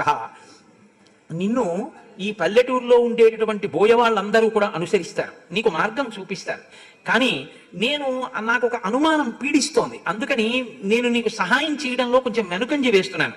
కచ్చిన్న దుష్టో వ్రజసి రామస్యాకృష్టకర్మణ ఇయంతే మహతీ సేన శంకాం జనయతీవమే. రాముణ్ణి చూడ్డానికి నువ్వు నిజంగా గంగాన్ని దాటి వెడుతున్నది నిజమైతే ఇంత సైన్యం ఎందుకు వెనకాతలా? ఇంత సైన్యం అక్కర్లేదుగా. మరి ఇంత చతురంగ బలాలతో రాముడి దగ్గరికి ఎందుకు వెడుతున్నావు? రాముణ్ణి చంపడానికి వెడుతున్నావేమో అని నాకు అనుమానంగా ఉంది. నిజంగా చెప్పు, ఎందుకు వెడుతున్నావు అంటే మహర్షి అన్నారు, ఆకాశైవ నిర్మల. ఆకాశం ఎంత నిర్మలంగా ఉంటుందో అంత నిర్మలమైన మనసున్న భరతుడు జవాబు చెప్తున్నాడు. ఇక్కడ మీరు వెంటనే ఒక ఆలోచన వస్తుంది మనకి, ఏమంటే అంత ప్రత్యక్షంగా ముఖం మీద గుహుడు అడిగేస్తే భరతుడు జవాబు చెప్పేటప్పుడు కొంచెం కష్టపడలేదా? ఇది ఎక్కడి ప్రారంభం రా, ప్రతివాడు ఇలా చూసి అడుగుతాడు నన్ను, అందులో ఒక గుహుడు ఓ బోయవాడు కూడా నన్ను ఇలా అడిగేవాడే అని ఆయనకి కోపం రాలేదా అని మనకు అనిపిస్తుంది. ఆకాశ ఇవ నిర్మల అంటే అర్థం ఏమిటో తెలుసా అండి? ఆకాశంలోకి మబ్బులు వస్తాయి పోతాయి, ఆకాశం అలాగే ఉంటుంది. అలా భరతుడు ఎందుకు కదలిక లేకుండా ఉండగలిగాడో తెలుసా? గుహుణ్ణి అర్థం చేసుకున్నాడు. ఎలా అర్థం చేసుకున్నాడో తెలుసా? రాముడి పట్ల ఒక బోయవాడికి ఇంత ప్రేమ ఉందంటే నా అన్నగారికి నేనే కాదు ఎంతమంది ప్రేమిస్తారో మా అన్నగారిని, నిజంగా ఇంతమంది ప్రేమని పొందిన నా అన్న ధన్యాత్ముడు కదా అని సంతోషించినటువంటి భరతుడి మనసు కొందదు. ఇది భరతుడి హృదయం. అంత బాగా అర్థం చేసుకుంటాడు. అందుకని ఆకాశ ఇవ నిర్మల, దాని మీదకి మబ్బులు వచ్చి అది కదిలిపోయే అవకాశం లేదు. అలా అర్థం చేసుకున్నాడు ఆయన యొక్క విషయాన్ని. తెలియనివాడు కాబట్టి ఇలా అడిగాడు. దీనికి మనం బాధపడక్కర్లేదు. ఎంత ప్రేమో రాముడి మీద, తెలియని తన పాపం నేనేదో చంపుతాను అనుకుంటున్నాడు, అందుకని ఇలా అన్నాడని అన్నాడు. మా భూత్సకాలో యత్ కష్టం నమాం శంకితు మర్కసి రాఘవ సహిమే భ్రాత జ్యేష్ఠ పితృ సమోమత. నీవు అన్న మాట నా జీవితంలో ఏ కాలమునందు రాకుండుగాక. రాముణ్ణి చంపడం అన్న మాటే అసలు రాకుండుగాక. నాకు తండ్రి అయినా అన్న అయినా అన్నీ మా రామచంద్రమూర్తి. అటువంటి వాణ్ణి వెనక్కి తీసుకురావడం కోసమని పెడుతున్నాను. తం నివర్తయితుం యామి కాకుత్సం వనవాసినం బుద్ధిరన్యానతే కార్య గుహ సత్యం బ్రవీతిమే. గుహ, నేను సత్యం చెప్తున్నాను, నన్ను నమ్ము. మేమందరం కలిసి వెళ్ళి అడిగితే వెనక్కి వస్తాడు అని నేనే వీళ్ళందరినీ ఆజ్ఞాపించి తీసుకెళ్తున్నాను. నన్ను నమ్ము, గంగ దాటించు, మేము భరద్వాజాశ్రమానికి ఎడదామన్నాడు. అంటే గుహుడు అన్నాడు, ధన్యస్త్వం నత్వయాతుల్యం పశ్యామి జగతీతలే అయత్నాదాగతం రాజ్యం యస్త్వం త్యక్తు మిహేచ్ఛసి. ప్రయత్నం చెయ్యకుండా వచ్చినటువంటి ఇంత పెద్ద రాజ్యాన్ని అన్నగారి మీద భక్తితో విడిచిపెట్టినటువంటి ధర్మాత్ముడిని నిన్నే చూస్తున్నాను భరత. నీ వంటి మహాత్ముడు ఉండడు. అరమరిక లేకపోవడం అంటే అనుమానం ఎలా వస్తుందో అభినందన అలాగే వస్తుంది. కాబట్టి వెంటనే గుహుడు అభినందించాడు. నిద్ర పట్టక భరతుడు ఆ రాముడు పాపం ఎంత కష్టపడుతున్నాడో, మా అమ్మ సీతమ్మ ఎంత కష్టపడుతోందో, లక్ష్మణుడు ఎంత కష్టపడుతున్నాడో అంటున్నట్ట. పైకి ఎలా ఉన్నాడు? చక్కగా ఆభరణములు ధరించాడు, పట్టుపుట్టం కట్టుకున్నాడు, చక్కగా కూర్చున్నాడు, అందరూ తన మాట వింటున్నారు. లోపల మాత్రం ఎలా ఉన్నాడు? మహర్షి అంటారు, అంతర్దాహేన దహన సంతాపయతి రాఘవం వనదాహాభిసంతప్తం గూఢోగ్నిరివ పాదపం. అరణ్యంలో దావాగ్ని అంటుకుంది, ఒక చెట్టు కాలిపోయింది, కానీ చెట్టు ఇంకా నిలబడింది, అది కింద పడిపోలేదు, పూర్తిగా కాలిపోలేదు. ఆ మంటల వేడి తాపమునకు దాని ఆకులన్నీ కాలిపోయి కొమ్మలతో మాత్రం అలా ఉండిపోయింది. ఇప్పుడు ఆ చెట్టును చూస్తే ఏమనిపిస్తుంది అంటే మనకి, ఈ చెట్టు పూర్తిగా కాలిపోలేదు, ఈ చెట్టు బతికే ఉందంటాం. కానీ ఏమైందంటే ఆ చెట్టుకు ఒక తొర్ర ఉంది. ఈ మంట దావాగ్ని మండుతున్నప్పుడు ఒక పెద్ద నిప్పు కణం ఒకటి వెళ్ళి ఆ తొర్రలో పడింది. అది లోపల ఉన్నటువంటి ఎండిపోయిన చితుకులతో రగులుకుంటోంది. రగులుకునేది మంట అవుతోంది లోపల. లోపల ఆ తొర్రలో మంట పుడుతున్నప్పుడు ఆ చెట్టు ఎంత బాధతో ఉంటుందో, ఒక్క కొమ్మ కాలితే పర్వాలేదు, తొర్రే కాలిపోతుంటే ఆ చెట్టు ఎలా ఉంటుందో భరతుడు అలా ఉన్నట్టు. అందుకని లోపల బాధ, ఎన్ని కష్టాలు పడుతున్నాడు, ఎంత అపనింద పడిపోయాను, నేను అడగనిది ఎందుకు కోరింది మా అమ్మ. అందుకని నిద్ర పట్టక ఏడుస్తున్నట్టు. ఏడుస్తూ ఆ గుహుణ్ణి పిలిచి, ఇక్కడికి వచ్చాడు కదా రామచంద్రమూర్తి, లక్ష్మణుడు వచ్చాడు కదా, మా అమ్మ సీతమ్మ వచ్చింది కదా, వాళ్ళు ఎలా ఉన్నారో చెప్తావా అన్నట్ట. ఉపశాంతి రాముడి గురించి వింటే. అంటే మహర్షి అంటారు, అచచక్షేద సద్భావం లక్ష్మణస్య మహాత్మన భరతాయ అప్రమేయాయ గుహో ఘనగోచర. అరణ్యములలో తిరిగేటటువంటి గుహుడు లక్ష్మణుడి గురించి రాముడికి చెప్తున్నాడు. రాముడికి పుట్టినవాడు లక్ష్మణుడు, లక్ష్మణుడు భరతుడికి తోడబుట్టినవాడు. తోడబుట్టిన భరతుడి గురించి, తోడబుట్టిన లక్ష్మణుడి గురించి భరతుడికి ఎక్కువ తెలుస్తుందా, గుహుడికి ఎక్కువ తెలుస్తుందా? కానీ గుహుడు రామకథ చెప్తుంటే, లక్ష్మణుడి గురించి చెప్తుంటే, సీతమ్మ గురించి చెప్తుంటే ఎంతో ఉపశాంతితో వింటున్నాడు. ఎందుకు వింటున్నాడు అంటే రామకథ ఎటువంటి తాపాన్ని తీర్చగలదు. ఆ రామ సంకీర్తనకి, రామనామానికి, రామకథకి ఉన్న శక్తి అటువంటిది. అది తెలుసున్నవాడు చెప్పాడా, తెలియని వాడు చెప్పాడా కాదు, అసలు చెప్తే చాలు. మీరు నాలుక తిరిగిపోతుందండి, పిచ్చి దాహం వేస్తాం. ఆ దాహంలో మీరు వెళ్ళిపోతుంటే మీ ఎదురుగుండానే చాలా పరుషమైనటువంటి వృత్తి చేత జీవనం చేసేటటువంటి ఒక వ్యక్తి, అరే దాహంతో ఉన్నారా అని తన దగ్గర ఉన్న కుండ తిప్పి నీళ్లు పోసాడు. ఇప్పుడు మీరు ఆ కుండలో నీళ్లు తాగుతున్నారు. మీకు ఆ వ్యక్తి యోగ్యతలు కావాలా, నీళ్లు కావాలా? రామకథ అంతే. దాహం మీకుంటే నీళ్ళు ఎలా కావాలో, ఆకలి మీకుంటే అన్నం ఎలా కావాలో, ప్రాణం కావాలనుకుంటే ఊపిరి ఎలా కావాలో, బతుకు బాగుండాలనుకున్న వాడికి రామకథ కావాలి, రామనామం కావాలి. ఎవరు చెప్పారన్నది అక్కర్లేదు. కాబట్టి అచచక్షేద సద్భావం లక్ష్మణస్య మహాత్మన భరతాయ అప్రమేయాయ గుహో గహనగోచర. ఆ గుహుడు చెప్తుంటే వింటున్నట్ట. ఆయన చెప్తున్నాడు, ఏమి చెప్పనయ్యా, రామచంద్రమూర్తి ఇక్కడికి వచ్చి కూర్చున్నారు ఇంగుదీ వృక్షం కింద. ఎన్నో పదార్థాలు ఉన్నాయి, రామా తినండి అన్నాను. నాయన మేము క్షత్రియులం, మహారాజులం, ఒకరికి పెట్టాలి తప్ప ఇలా ఒకరి దగ్గర తినేసి వాళ్ళని ఇబ్బంది పెట్టకూడదు. నాకు దోచెడు నీళ్లు చాలు. మా నాన్నగారి గుర్రాలకి గడ్డి పెట్టవయ్యా అన్నాడు. ఇక్కడే పడుకున్నాడు. తల్పం ఇస్తానంటే వద్దన్నాడు. నేను తృణములు అంటే గడ్డి తీసుకొచ్చి వేసి దాని మీద ఆకులు వేశాను. ఆకులు వేస్తే ఆ శయనం మీద రాముడు పడుకున్నాడు. పక్కన మా తల్లి సీతమ్మ పడుకుంది. నేను లక్ష్మణుడి దగ్గరికి వెళ్ళి అన్నాను, లక్ష్మణ నువ్వు పడుకో, పక్క వేస్తానన్నాను. అంటే ఆయన అన్నాడు, ఏమయ్యా లేక పుట్టినటువంటి రామచంద్రమూర్తి ఇలా సీతమ్మతో కలిసి పడుకుంటే నా జీవితంలో నిద్రపడుతుందా, నాకు సుఖం కలుగుతుందా అన్నాడయ్యా. అంటే ఒక తమ్ముడు అటువంటి వాడు, నువ్వు ఇంకా మనసులో ఏమైనా ఉందేమో అని అనుమానం భరతుడికి, ఆ గుహుడికి. అందుకని అటువంటి తమ్ముడయ్యా మహానుభావుడు నా దగ్గర ఏమీ పుచ్చుకోలేదు. వెళ్ళిపోతూ పడవ ఎక్కి గంగ దాటి తండ్రిని సత్యమునందు నిలబెట్టడం కోసం అరణ్యానికి వెళ్ళిపోయాడయ్యా మహాతేజోమూర్తి రామచంద్రమూర్తి, అంతటి ధర్మతత్పరుడయ్యా. అంటే భరతుడు అన్నాడు, ఏది మా అన్నయ్య వదిన పడుకున్న పక్క అన్నాడు. ఇది ఎవరు వెయ్యగలిగిన ప్రశ్న తెలుసా అండి? మా ఇంట్లోనండి మీరు కొంతమంది యొక్క మనస్సు ఎలా ఉంటుందో చూడండి. ఏదో ఒంట్లో బాగోలేదు అనుకోండి, ఏమంటే శృంగేరి పీఠంలో శారదాదేవికి అర్చన చేసిన కుంకం తీసుకొచ్చాం, మీరు పెట్టుకోండి అన్నాం అనుకోండి, వాళ్ళు వెంటనే అమ్మ నిజంగా ఇవాళ అమ్మవారి అనుగ్రహం అండి, నాకేం అవదో పర్వాలేదు, నాకు ధైర్యం వచ్చేసిందని చెప్పి ఆ బొట్టు తీసి కళ్ళకు అదుగుని పెట్టుకుంటాడు. బొట్టుగా రక్షిస్తుందా? బొట్టు శారదాదేవి పాదములకు అర్చన చేయబడిన ప్రసాదం మీ లలాటమును అలంకరిస్తోందన్న మీ బుద్ధి మిమ్మల్ని రక్షిస్తుందా? మీ బుద్ధి మిమ్మల్ని రక్షిస్తుంది. కుంకం రక్షించదు, మీ బుద్ధి మిమ్మల్ని రక్షిస్తుంది. ఆ ప్రసాదమన్న బుద్ధి మిమ్మల్ని రక్షిస్తుంది. రాముడు పడుకున్న పక్క చూస్తే భరతుడికి ఏం వస్తుందండి? అంటే మహానుభావుడు నెల మీద పడుకున్నాడా, దాన్ని చూసినా రాముడిని చూసినంత తృప్తి, అంత ఆనందం. వెంకటేశ్వర స్వామి వారివి తిరుమల నుంచి ఉత్సవమూర్తులు మా ఊరు వచ్చాయంటారు. ఏదో ఇక్కడ కళ్యాణం చేస్తున్నారు, వెంకటాచలం నుంచి ఉత్సవమూర్తులు తీసుకొచ్చంటే మొత్తం ఊళ్ళో ఉన్న లక్షలాది మంది వెళ్ళిపోయి ఆ గ్రౌండ్లో కూర్చుంటారు. ఏం ఊళ్ళో వెంకటేశ్వర స్వామి గుళ్ళు లేవా, వెంకటేశ్వర స్వామి ఉత్సవమూర్తులు లేవా, మీరు ఇప్పుడు కళ్యాణం చూడలేదా? అంటే తిరుమల వెంకటేశ్వరుడు నడిచి మా ఊరు వచ్చాడా అంటాయండి. ఉత్సవమూర్తులు అంటే మూర్తులు కావు, స్వామి వచ్చారు మా ఊరు, ఇక్కడ కళ్యాణం చేసుకుని మమ్మల్ని అందరినీ చూసేట్టు అనుగ్రహించడానికి. ఈ పూనికతో కదా మీ అందరూ వీళ్ళు గ్రౌండ్లో కూర్చుంటున్నారు. అలా ఆ పడక చూడడంలో కూడా అబ్బా మా అన్నయ్య పడుకున్న పడక, మా వదినమ్మ పడుకున్న పడక పరిగెత్తాడు భరతుడు. తప్ప అది చూస్తే ఏమొస్తుందండి అనకూడదు. వెళ్ళి చూసి అన్నాడు, నూనం దైవతం కించిత్ కాలేన బలవత్తరం ఎత్ర దశరథి రామో భూమావేవ శయీత సహ. ఇక్కడ మా అన్నయ్య పడుకోవడం, రాజాధిరాజు, మహానుభావుడు, మెత్తటి ఆస్తరణం మీద పడుకోవలసిన వాడు. అటువంటి వాడు ఇటువంటి తృణముల మీద, ఆకుల మీద పడుకున్నాడంటే కాలము ఎంత గొప్పదో, కాలము ఎవరినైనా ఎలా వశం చేసుకుందో అర్థమవుతోంది.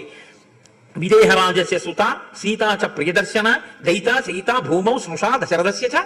దశరథ మహారాజు గారి పెద్ద కోడలు, జనక మహారాజు గారి కూతురు, రామచంద్రమూర్తి పత్ని, అటువంటి మా వదిన లోకమాత, మా తల్లి సీతమ్మ ఇక్కడ పడుకుందా? ఇయం శయ్యా మమ భ్రాతు ఇదం హి పరివర్తితం స్థండిలే కఠినే సర్వం గాత్రై విమృదితం తృణం. ఇదిగో మా అన్నయ్య ఇటు పక్కకి వంగి పడుకోవడం వల్ల అటువైపు ఉన్నటువంటి పరకలు, ఆకులు బాగా ఒత్తుకున్నాయి. మా అన్నయ్య వీటి మీద ఇలా ఒత్తుకు పడుకున్నాడు. ఎంత నొక్కుకుందో మా అన్నయ్య శరీరం, ఎంత బాధో, ఎంత ప్రీతో అన్నయ్య అంటే. ఈ చూసే దృష్టి కోణంలో ఉంది. అందరూ వెంకటాచలం వెళ్ళి 2 నిమిషాల్లో దోశారు, 10 సెకండ్లలో దోసేశారంటే ఒక ఆయన వచ్చి అన్నాడు, ఏమండి ఎప్పుడో రాత్రి 2 గంటలకు లేచిన వాడు రాత్రి 11 అవుతోంది అలాగే నించున్నాడు, నా స్వామికి కాళ్ళెంత నొప్పి పెడుతున్నాయో ఒక్కసారి పట్టనిస్తే బాగుండండి అన్నాడు. అది అన్నవాడు భక్తుడు, తోసేశాడు అన్నవాడు భక్తుడు ఏంటి నా బుర్ర? నీ దృష్టికోణంలో ఉంటుంది భక్తి అన్నది. కాబట్టి ఇక్కడ మా అన్నయ్య పడుకున్నాడు. మన్యేసాభరణా సుప్తా సీతాస్మిన్ శయనోత్తమే తత్ర తత్ర హి దృశ్యంతే సక్తాహ కనకబిందవః. ఇదిగో మా తల్లి వదినమ్మ ఇక్కడ పడుకుంది. మా వదినమ్మ బంగారు ఆభరణములు పెట్టుకుని పడుకున్నటువంటి కారణం చేత ఇవి కఠినంగా ఉండడం వల్ల ఆ ఆభరణములు ఒత్తుకుని అందులో ఉన్న బంగారు తునకలు కింద పడి ఈ గడ్డి పరకల్ని పట్టుకున్నాయి, తృణాల్ని. ఇదిగో మెరుస్తున్నాయి. ఉత్తరీయమిహాశక్తం సువ్యక్తం సీతయా తదా తదాహ్యేతే ప్రకాశంతే సక్తాహ కౌశేయతం తవః. ఇక్కడ మా వదిన కట్టుకున్నటువంటి పట్టుబట్ట యొక్క దారములు ఈ గడ్డికి, ఇక్కడ ఉన్నటువంటి ఈ పుల్ల ముక్కలకి చుట్టుకున్నాయి. అంటే మా వదిన ఇలాంటి గడ్డి మీద, ఆకుల మీద, పుల్లల మీద పడుకుని నిద్రపోయిందనమాట. మన్యే భక్తు సుఖాశయ్య ఏన బాల తపస్విని సుకుమారి సతీ దుఃఖం న విజానాతి మైథిలి. అవునవునులే, మా వదిన ఎందుకు పడుకోదు? మా వదినకి పరుపులక్కర్లేదు, మా వదినకి హంసతూలిక కల్పాలక్కర్లేదు. మా వదినకి మా అన్నయ్య పక్కన ఉంటే చాలు. అంత గొప్ప తల్లి, తపస్విని మా వదిన. మా వదిన అంతటి మహాపతివ్రత. అందుకే ఇటువంటి కఠినమైన దాని మీద కూడా మా వదిన పడుకోగలిగింది. అటువంటి తల్లిని పడుకోబెట్టిన పాపం నాది, నన్ను కన్న నా తల్లిది, మేమిద్దరం చేసినటువంటి దుష్కృత్యం ఇది అని గుండెలు బాదుకుని ఏడ్చి మూర్ఛపోయాట మహానుభావుడు. పోతే ఆయనని కౌసల్యాదులు లేచి వచ్చి, అయ్యో నాయన నువ్వు ఏమిటి ఇలా పడిపోయావు, అనారోగ్యం రాలేదు కదా అని వాళ్ళు భీతిల్లేరు. లోపలికి తీసుకెళ్లారు, కూర్చోబెట్టారు. ఆయన అంటాడు, ఇవాళ అమ్మ రాముడు అంటే ఏమిటో తెలుసా? మా అమ్మకి అర్థం కాలేదు కానీ రాముడు అంటే ఏమిటో చెప్తాను చూడమ్మా. నచ ప్రార్థయతే కశ్చిత్ మనసాపి వసుంధరాం వనేపి వనతస్తస్య బాహువీర్యాభిరక్షితాం శూన్య సంవరణారక్షం అయంత్రిత హయాద్విపాం అపావృత పురద్వారాం రాజధానీమరక్షితాం అప్రహృష్ట బలాం న్యూనాం విషమస్థామ నావృతాం శత్రవో నాభిమన్యంతే భక్షాన్ విషకృతానివ అద్య ప్రభృతి భూమౌతు శయిష్యేహం తృణేషు వా ఫలమూలాశనో నిత్యం జటాచీరాణి ధారయన్ అంటూ తస్యార్థముత్తరం కాలం నివత్సామి సుఖం వని. అమ్మా రాముడంటే ఏమిటో చెప్తాను చూడమ్మా. శత్రువులు ఎప్పుడు అదును కోసం చూస్తూ ఉంటారు. రాముడు అరణ్యానికి వెళ్ళిపోయాడు, లక్ష్మణుడు రాముడితో వెళ్ళిపోయాడు. నేను శత్రుఘ్నుడు 7 రోజులు ప్రయాణం చేస్తే తప్ప రాలేనటువంటి రీతిలో గిరిప్రజపురంలో ఉండిపోయాం. దశరథుడు మరణించాడు. ఒక్క శత్రువు అయోధ్య మీదకి యుద్ధానికి రాలేదు. ఎందుకో తెలుసా అమ్మా? ఎక్కడ అడవిలో ఉన్నా నా అన్న బాహుబలం రక్షిస్తుంది, ఎక్కడెక్కడున్నా సరే. ఇది చాలా పెద్ద మాట, మీరు బాగా గుర్తుపెట్టుకోండి జీవితంలో. నేను ఒకనకొకప్పుడు వ్యక్తిగతంగా నా జీవితంలో నేను ఒక ఆపద వచ్చి అన్నవరం పాదయాత్ర చేశాను. ఈశ్వరుడి చేత రక్షింపబడి ఆపద నుంచి గట్టెక్కి పాదయాత్ర చేశాను. చాలా కష్టపడి పాదయాత్ర చేసి వెళ్ళడం కదా, కాళ్ళు నిప్పెడతాయి. 45 కిలోమీటర్ల 50 కిలోమీటర్ల పైచిలుకు ఒక్క రోజులో నడిచి తెల్లవారకట్ట మొదలెట్టి రాత్రికి కొండ మీదకి వెళ్ళి స్వామి దర్శనం చేసుకుని ఇంకా కాళ్ళు సహకరించక అక్కడ కూర్చుంటే ఎవరో ఒక ఆయన వచ్చాడు. ఏమయ్యా అలా కూర్చున్నావు అన్నాడు. ఏమీ లేదండి, పాదయాత్ర చేసి వచ్చాను, కాళ్ళు సహకరించట్లేదు, లేవలేకపోతున్నానండి, అందుకు కూర్చున్నానండి అన్నాడు. ఆయన అన్నాడు, బాగా బడలిపోయావేమో, కాఫీ తెస్తానండి అన్నాడు. నేను వద్దులేండి అంటున్నాను, లేవడానికి ఓపిక లేదు. ఆయన గబగబా వెళ్ళి కాఫీ తెచ్చాడు. నేను ఆ కాఫీ తాగాను. ఎంగిలి కప్పు తన చేతితో తీసుకున్నాడు. తీసుకుని దూరంగా వెళ్ళి డబ్బాలో పడేసి ప్రసాదం పొట్లాలు పట్టుకొచ్చి నాకు ఇచ్చాడు. నేను అన్నాను, అయ్యో నేను ఇంకా వెళ్ళి కొనుక్కుందాం అనుకుంటున్నానండి, ఉండండి డబ్బులు ఇస్తానన్నాడు. ఆయన అన్నాడు, నాకు అక్కర్లేదు, నీకు మాట చెప్పనా, నీకు ఆపద వచ్చింది అన్నవరంలో కాదు, నీకు ఆపద ఎక్కడో వచ్చింది. ఎక్కడో ఆపద వస్తే ఎక్కడో ఉన్న స్వామిని నువ్వు తలుచుకున్నావు. అది పైకి తలుచుకోవాలా, ఇక్కడ తలుచుకున్నావు. ఇక్కడ తలుచుకున్నది ఇక్కడికి వచ్చేలా వినపడిందో తెలుసా? వినపడుతుంది యంత్రాలయం అటువంటిది. స్వామి దగ్గరున్న ఈ యంత్రం వల్ల ఈ భూమండలంలో ఎక్కడ నిలబడి ఎవడు ఆర్తితో ఉన్నాడని నమ్మి కోరినా నా తండ్రి వింటాడు, కోరిక తీరుతుంది. కాబట్టి నువ్వు ఆపద నుంచి గట్టెక్కావు, నీ విశ్వాసం వల్ల నువ్వు రాగలిగావు. నీకు ఈ మాట చెప్దామని వచ్చాను, నువ్వు నాకు ఇంకేమీ చెయ్యక్కర్లేదు, డబ్బు ఇవ్వక్కర్లేదులే అని వెళ్ళిపోయాడు ఆయన. ఆ సత్యనారాయణ స్వామి వారే అలా వచ్చి చెప్పారు అని నేను ఆశ్చర్యపోయాను. కాబట్టి భరతుడు అంటున్నాడు, ఎక్కడో రాముడు ఉన్నాడు కానమ్మా రాముడి భుజబలం రక్షిస్తోందమ్మా. ఇవాళ అయోధ్య ద్వారాలు తెరిచేసి ఉన్నాయి, అయోధ్య ద్వారాలు మూయలేదు. అయోధ్య నగరంలో ఒక్క పౌరుడు లేడు, అందరూ అడిగికి వచ్చేసారు. రక్షించడానికి సైనికులకి ఎవరికి ఉత్సాహం లేదు యుద్ధం చేద్దామంటే. ఏనుగులు కాని గుర్రాలు కాని ఏవి యుద్ధానికి సిద్ధంగా లేవు. ఇటువంటప్పుడు ఎవడైనా వచ్చి పడిపోతే కోసల రాజ్యాన్ని ఒక్క నిమిషంలో స్వాధీనం చేసుకోవచ్చు. ఎవ్వడు ఒక శత్రువు కన్నెత్తి చుట్టలేదు రాజ్యం మీదకి. ఎందుకని? ఎక్కడున్నా రాముడు కాపాడుతాడు. అమ్మా నేను ఎక్కడున్నా నా అన్న నన్ను కాపాడుతుంటాడమ్మా, నాకు భయం లేదన్నాడు భరతుడు. ఇది పూనికంటే, ఇది భక్తి అంటే. కాబట్టి కానీ అమ్మా ఇటువంటి రాముడు ఇటువంటి సీతమ్మ మా అమ్మ మాట వల్ల నా వల్ల భూమి మీద పడుకుని ఇన్ని కష్టాలు పడుతున్నారు. కాబట్టి ఈ క్షణం నుంచి కూడా అద్య ప్రభృతి భూమవుతూ శైష్యేహం తృణేషు ఫలములాసనో నిత్యం జటాచీరాని ధారయన్. రాముడికి ఏ కష్టం కలిగిందో ఆ కష్టాన్ని నేను అనుభవిస్తాను. నేను కూడా నారచీరలు కట్టుకుంటాను, నేను కూడా మర్రిపాలు పోసుకుని జటలు కట్టేసుకుంటాను, నేను కూడా భూమి మీదే పడుకుంటాను, నేను కూడా రాముడు ఎలా ఉన్నాడో అలా ఫలమూలములు తింటాను తప్ప అమ్మా ఇక నుంచి రాముడు అనుభవించనిది ఏది నేను అనుభవించాను. నేను రాముడి పనుపున 14 ఏళ్ళు అరణ్యంలో ఉండడానికి ఇలా సిద్ధపడి పెడతానమ్మా అన్నాడు. మహానుభావుడు బయలుదేరాడు, గుహుడు సహకరించాడు, గంగానదిని దాటారు, వెళ్ళి భరద్వాజాశ్రమంలోకి వెళ్ళారు. భరద్వాజ మహర్షి కనపడ్డారు, దగ్గరికి పిలిచారు. పిలిచి అన్నారు, కిమిహాగమనే కార్యం తవ రాజ్యం ప్రశాసతః ఏవదా చక్ష్వమే సర్వం నహిమే శుద్ధ్యతే మనః. సైన్యాన్నంతటినీ ఎక్కడో విడిచిపెట్టి భరద్వాజ మహర్షి మీద ఉన్న గౌరవంతో కాలినడకన కేవలం శత్రుఘ్నుణ్ణి తీసుకుని వెళ్ళి నమస్కరించినటువంటి భరతుణ్ణి చూసి భరద్వాజుడు అన్నాడు, ఏమయ్యా ఇంత సైన్యాన్ని తీసుకుని వచ్చావు? రాముడు రాజ్యం విడిచిపెట్టి అరణ్యవాసానికి వెళ్ళిపోయాడు కదా, నీకు రాజ్యం ఇచ్చేశాడు కదా, మీ అమ్మ నీకు రాజ్యం ఇప్పించింది కదా, నాకు తెలియదు అనుకుంటున్నావా? నాకు అన్నీ తెలుసు. కచ్చిన్న తస్య పాపస్య పాపం కర్తుమిహేచ్ఛసి అకంటకం భోక్తుమన రాజ్యం తస్యాను జనస్య చ.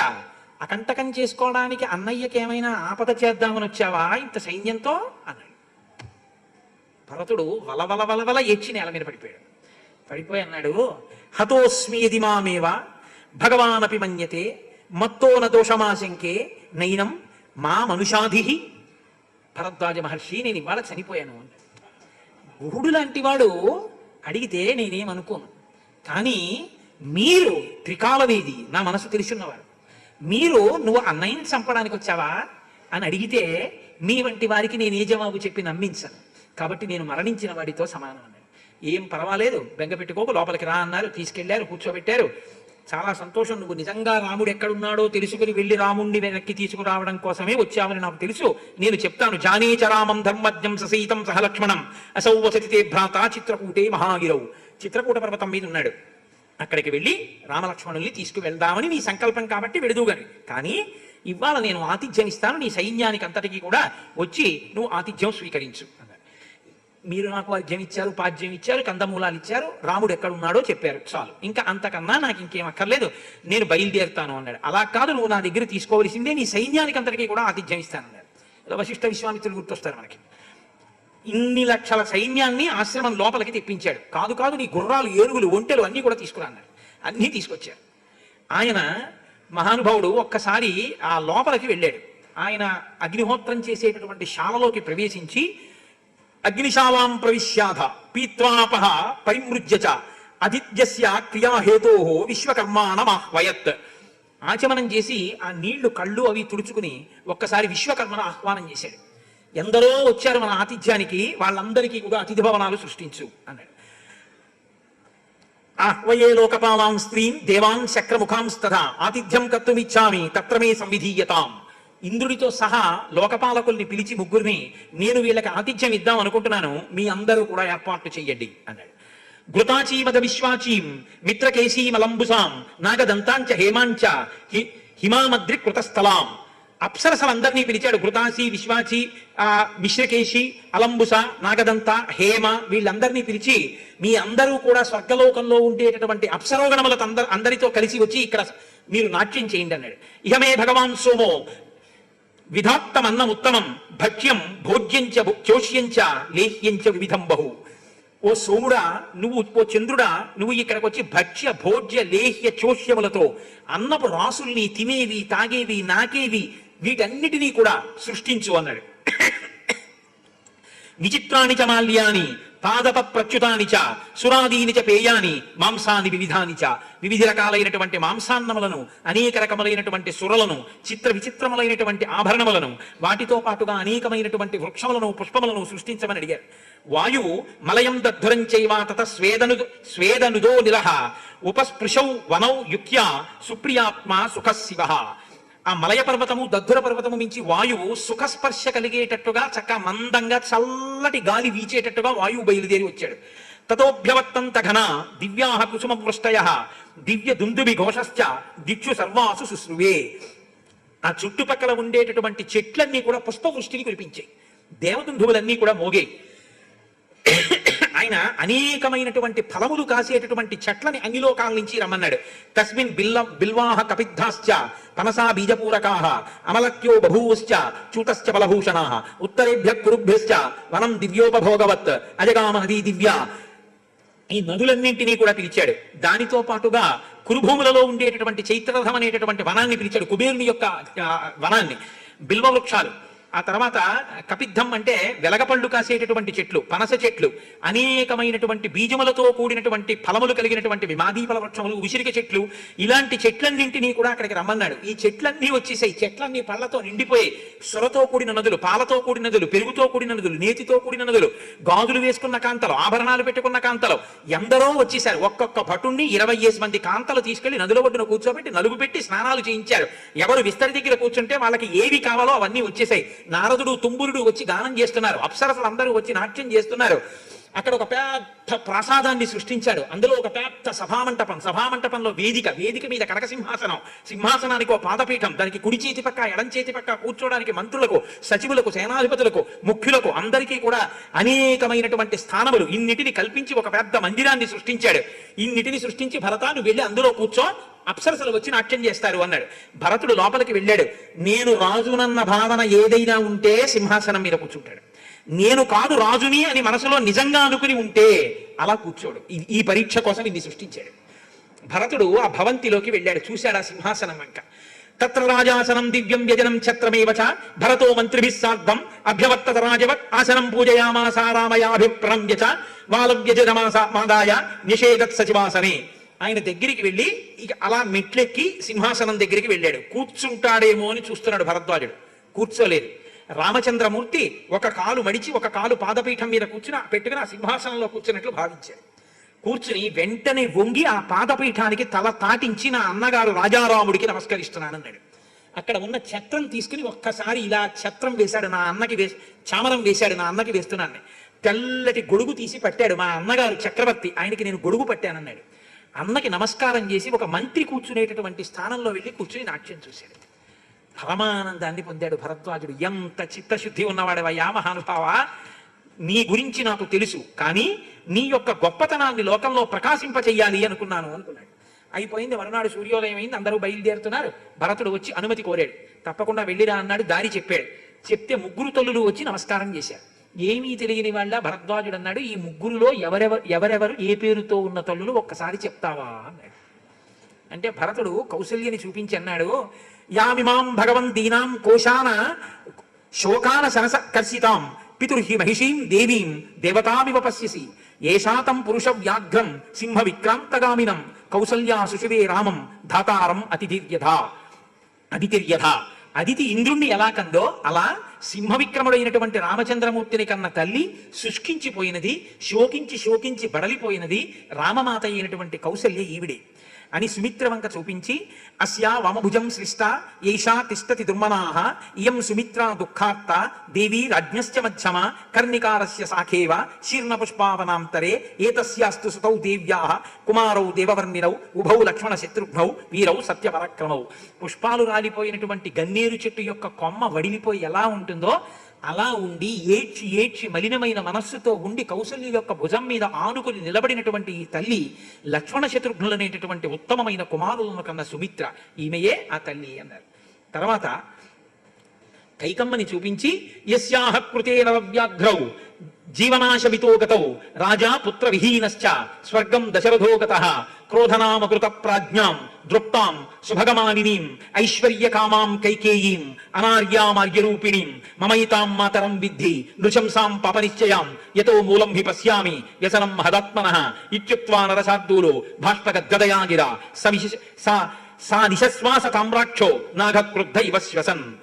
ఎర్రబడినటువంటి కన్నులతో కోపంతో ఊగుతూ కైకమ్మని చూపించి, ఈవిడే నేను అందగత్తెననుకుంటుంది, ఐశ్వర్యం కావాలనుకుంటుంది, నా అంత బుద్ధిమంతురాలు లేదనుకుంటుంది, అక్కర్లేని కోరికలు కోరి నాకు మచ్చ తెచ్చి మా తండ్రి మరణించి స్వర్గలోకాన్ని పొందేటట్టు, రాముడు సీత లక్ష్మణుడు అరణ్యవాసానికి వెళ్ళేటట్టు చేసిన బుద్ధిహీనురాలైన నా తల్లి కైకేయీమే అన్నాడు.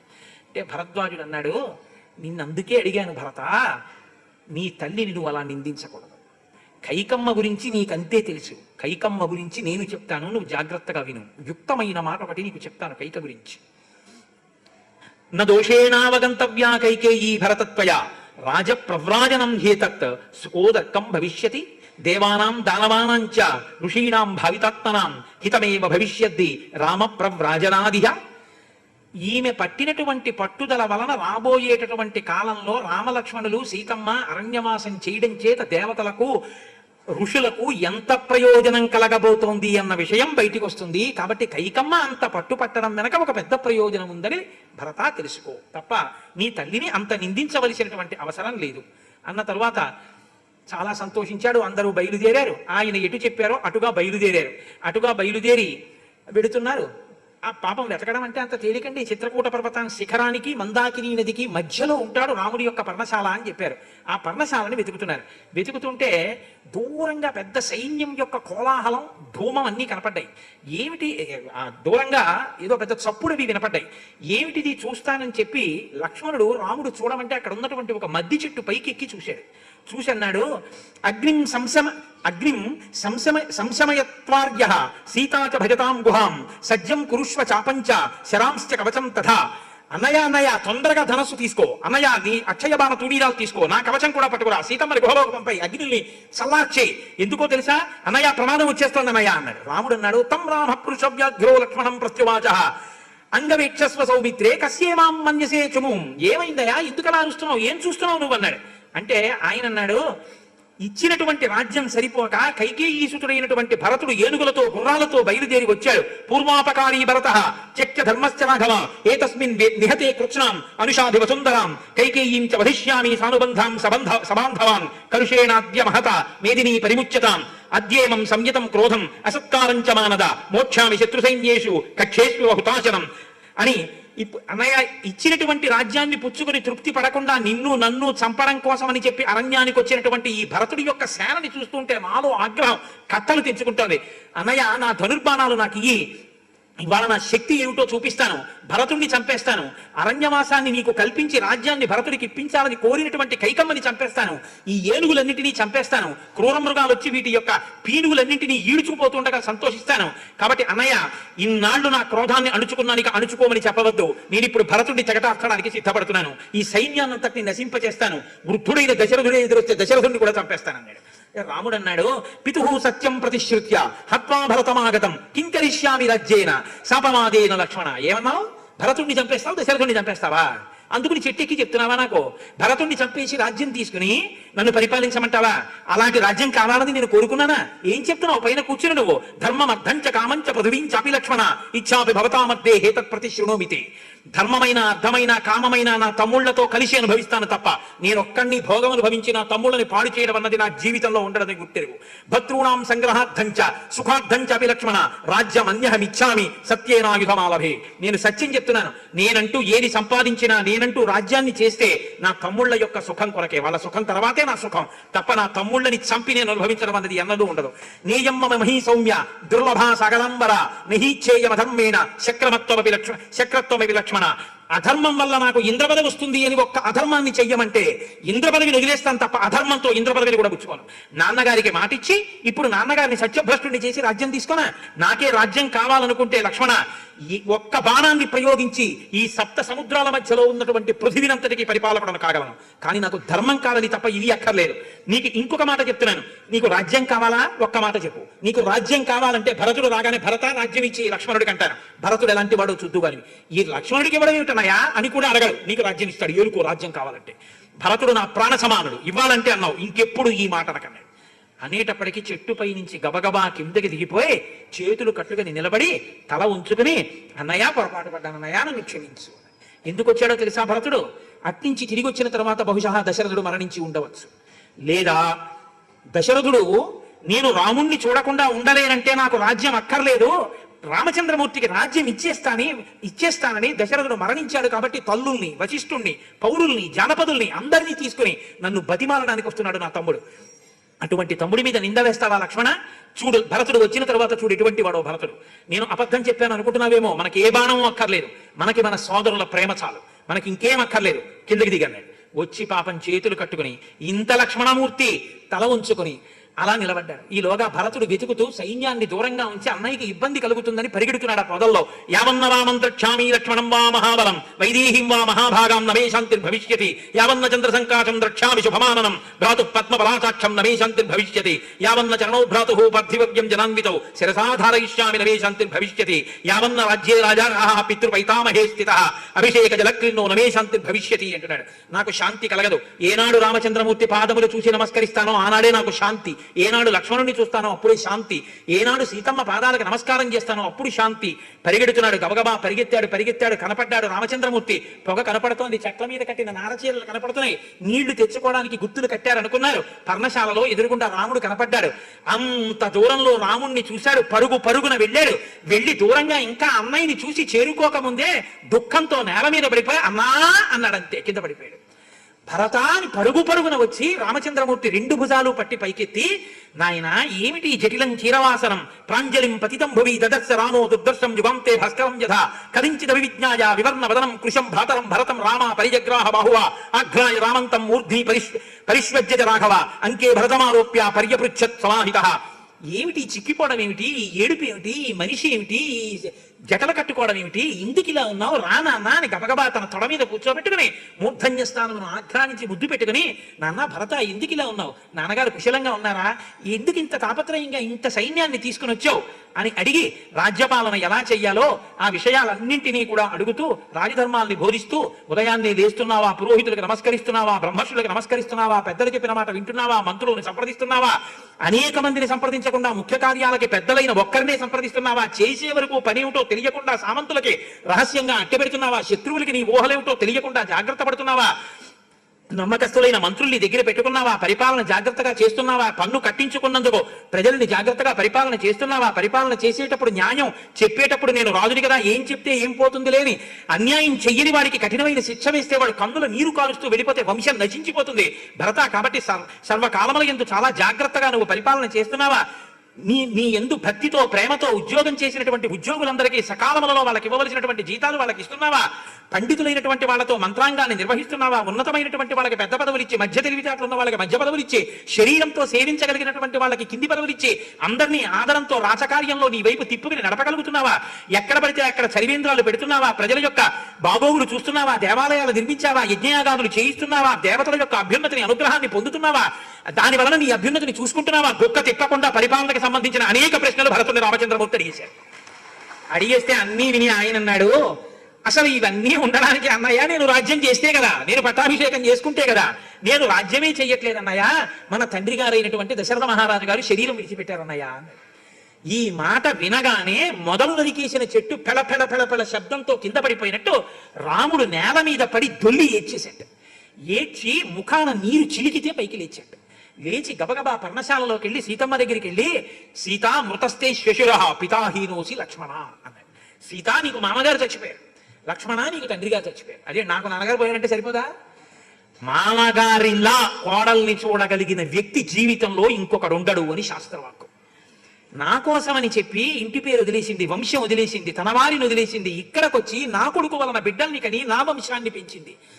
ఆచంద్రతారార్కన్నా వంశం పెరగడం కోసమని ఇక్కడికి వచ్చింది, తన ఇంటి పేరు మార్చుకుంది, ఇది తన ఇల్లు అని బతుకుతోందని మామగారు కోడలంటే అంత ప్రీతితో ఉంటాట. అటువంటి మామగారు వెళ్ళిపోయిన తర్వాత ఇక నిన్నంత ప్రీతిగా చూసేవాళ్ళు లేరు సీత.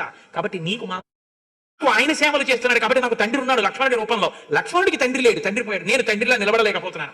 ఇది చెప్పడం కోసమని సీతా మృతస్థే శిశుర పితాహీనోచి లక్ష్మణ, లక్ష్మణ నీకు తండ్రి పోయాడు, సీత నీకు అత్తగారు పోయారు, నీకు మామగారు పోయారు అన్నారు. అన్న తర్వాత గారపిండి ముద్దలు నువ్వుల పప్పుతో కలిపి తీసుకురావయ్యా అన్నారు. తీసుకురమ్మని ఆ ముద్దలు పట్టుకుని ఒక బట్ట యజ్ఞోపవీతంగా వేసుకుని అక్కడి నుంచి బయలుదేరుతూ, నువ్వు సీత మృతస్థే శిశుర కాబట్టి నువ్వు ఇవాళ ముందు నడు, గతి హేషాసు దారుణ అంటాడు. ధర్మోదకాలు, పిండ ప్రదానం, తద్దినం పెట్టడం, శ్రాద్ధం ఇలాంటి వాటికి వెళ్ళేటప్పుడు భార్య ముందు నడవాలి, భర్త వెనక నడవాలి. కాబట్టి సీత ఇది దారుణమైనటువంటి నడక. కాబట్టి సీత పురస్వాద్రజతు, నువ్వు ముందు నడు, నేను వెనకాతల నడుస్తాను. ఇది గతి హేషాసు దారుణమైన నడక అని ముందు సీతమ్మని నడిపించి వెనక తాను నడిచాడు. అన్ని ధర్మమే రామచంద్రమూర్తికి. తాను గారపిండి ముద్దలతో దర్భల మీద పిండ ప్రదానం చేశాడు. కొడుకు తాను ఏమి తింటున్నాడో దానితోటే తద్దినం పెట్టాలి తండ్రికి పెట్టేటప్పుడు తప్ప. పితృదేవతలకి తద్దినం పెట్టేటప్పుడు తను రోజు చక్కెరకెళ్ళి అరటిపండు తిని గుళ్ళ ముందు అమ్ముతుంటారు. ప్రత్యేకం దేవుడి కోసం అరటిపళ్ళు ఉంటాయి, దేవుడు అరటిపళ్ళని కావలా కాదు, ఇంతంతే ఉంటాయి, లోపల ఇంతే ఉంటుంది, అవి దేవుడి కోసమే. మనకి చక్కెరకెళ్ళీలు ఉంటాయి. ఆ దేవుడు అరటిపళ్ళు తీసుకొచ్చి ఆయనకి పితృదేవతలకు పెట్టకూడదు. తను చక్కెరకేళి తింటే చక్కెరకేళి పెట్టాలి. ఏది తాను తింటాడో అది పితృదేవతలకు పెట్టాలి. కాబట్టి తాను గారపిండి ముద్ద తిని బతుకుతున్నాడు రామచంద్రమూర్తి. అందుకు ఆ గారపిండి ముద్దలే దర్భల మీద పెట్టి స్నానం చేసి పిండ ప్రదానం చేసి తిరిగి వచ్చి కూర్చున్నాడు.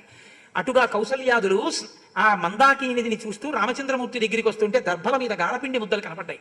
కనబడితే కౌసల్య ఏడ్చింది, చూశారా చెల్లెళ్ళలారా, దర్భల మీద గారపిండి ముద్దలు ఉన్నాయి అంటే దశరథ మహారాజు గారికి గారపిండి ముద్దతో తద్దినం పెట్టాడు నా కొడుకు. సమస్త భూమండలాన్ని పరిపాలించి కొన్ని వేల మందికి బంగారు పాత్రలలో పంచభక్ష పరమాన్నాలతో అన్నం పెట్టిన నా భర్త ఇవాళ పెద్ద కొడుకు చేత్తో పుచ్చుకున్న భోజనం గారపిండి ముద్ద. ఇంత కష్టం కల్పింపబడింది. నా కొడుకు ఏది తింటున్నాడో దానితో తద్దినం పెట్టాలి. గారపిండి ముద్దతో తద్దినం పెట్టాడంటే రాముడు కూడా గారపిండి ముద్దలు తిని బతుకుతున్నాడు అనమాట. ఎటువంటి భోజనం చెయ్యవలసిన నా కొడుకు, రాజ్యాలు పరిపాలించవలసిన వాడు చేతకాని వాళ్ళ అరణ్యంలో పర్ణశాలలో భూషీనం చేస్తూ గారపిండి ముద్దలు తింటూ ధర్మాన్ని పట్టుకుని బతుకుతున్నాడు అని ఏడ్చి అందరూ వెళ్ళారు. రామచంద్రమూర్తి పరుగు పరుగున వచ్చారు. రామలక్ష్మణులు, సీతమ్మ, ముగ్గురు తల్లులకి, ఆ తర్వాత వశిష్ఠాది మహర్షులకు అందరికీ నమస్కారం చేశారు. నమస్కారం చేసి కూర్చున్నారు.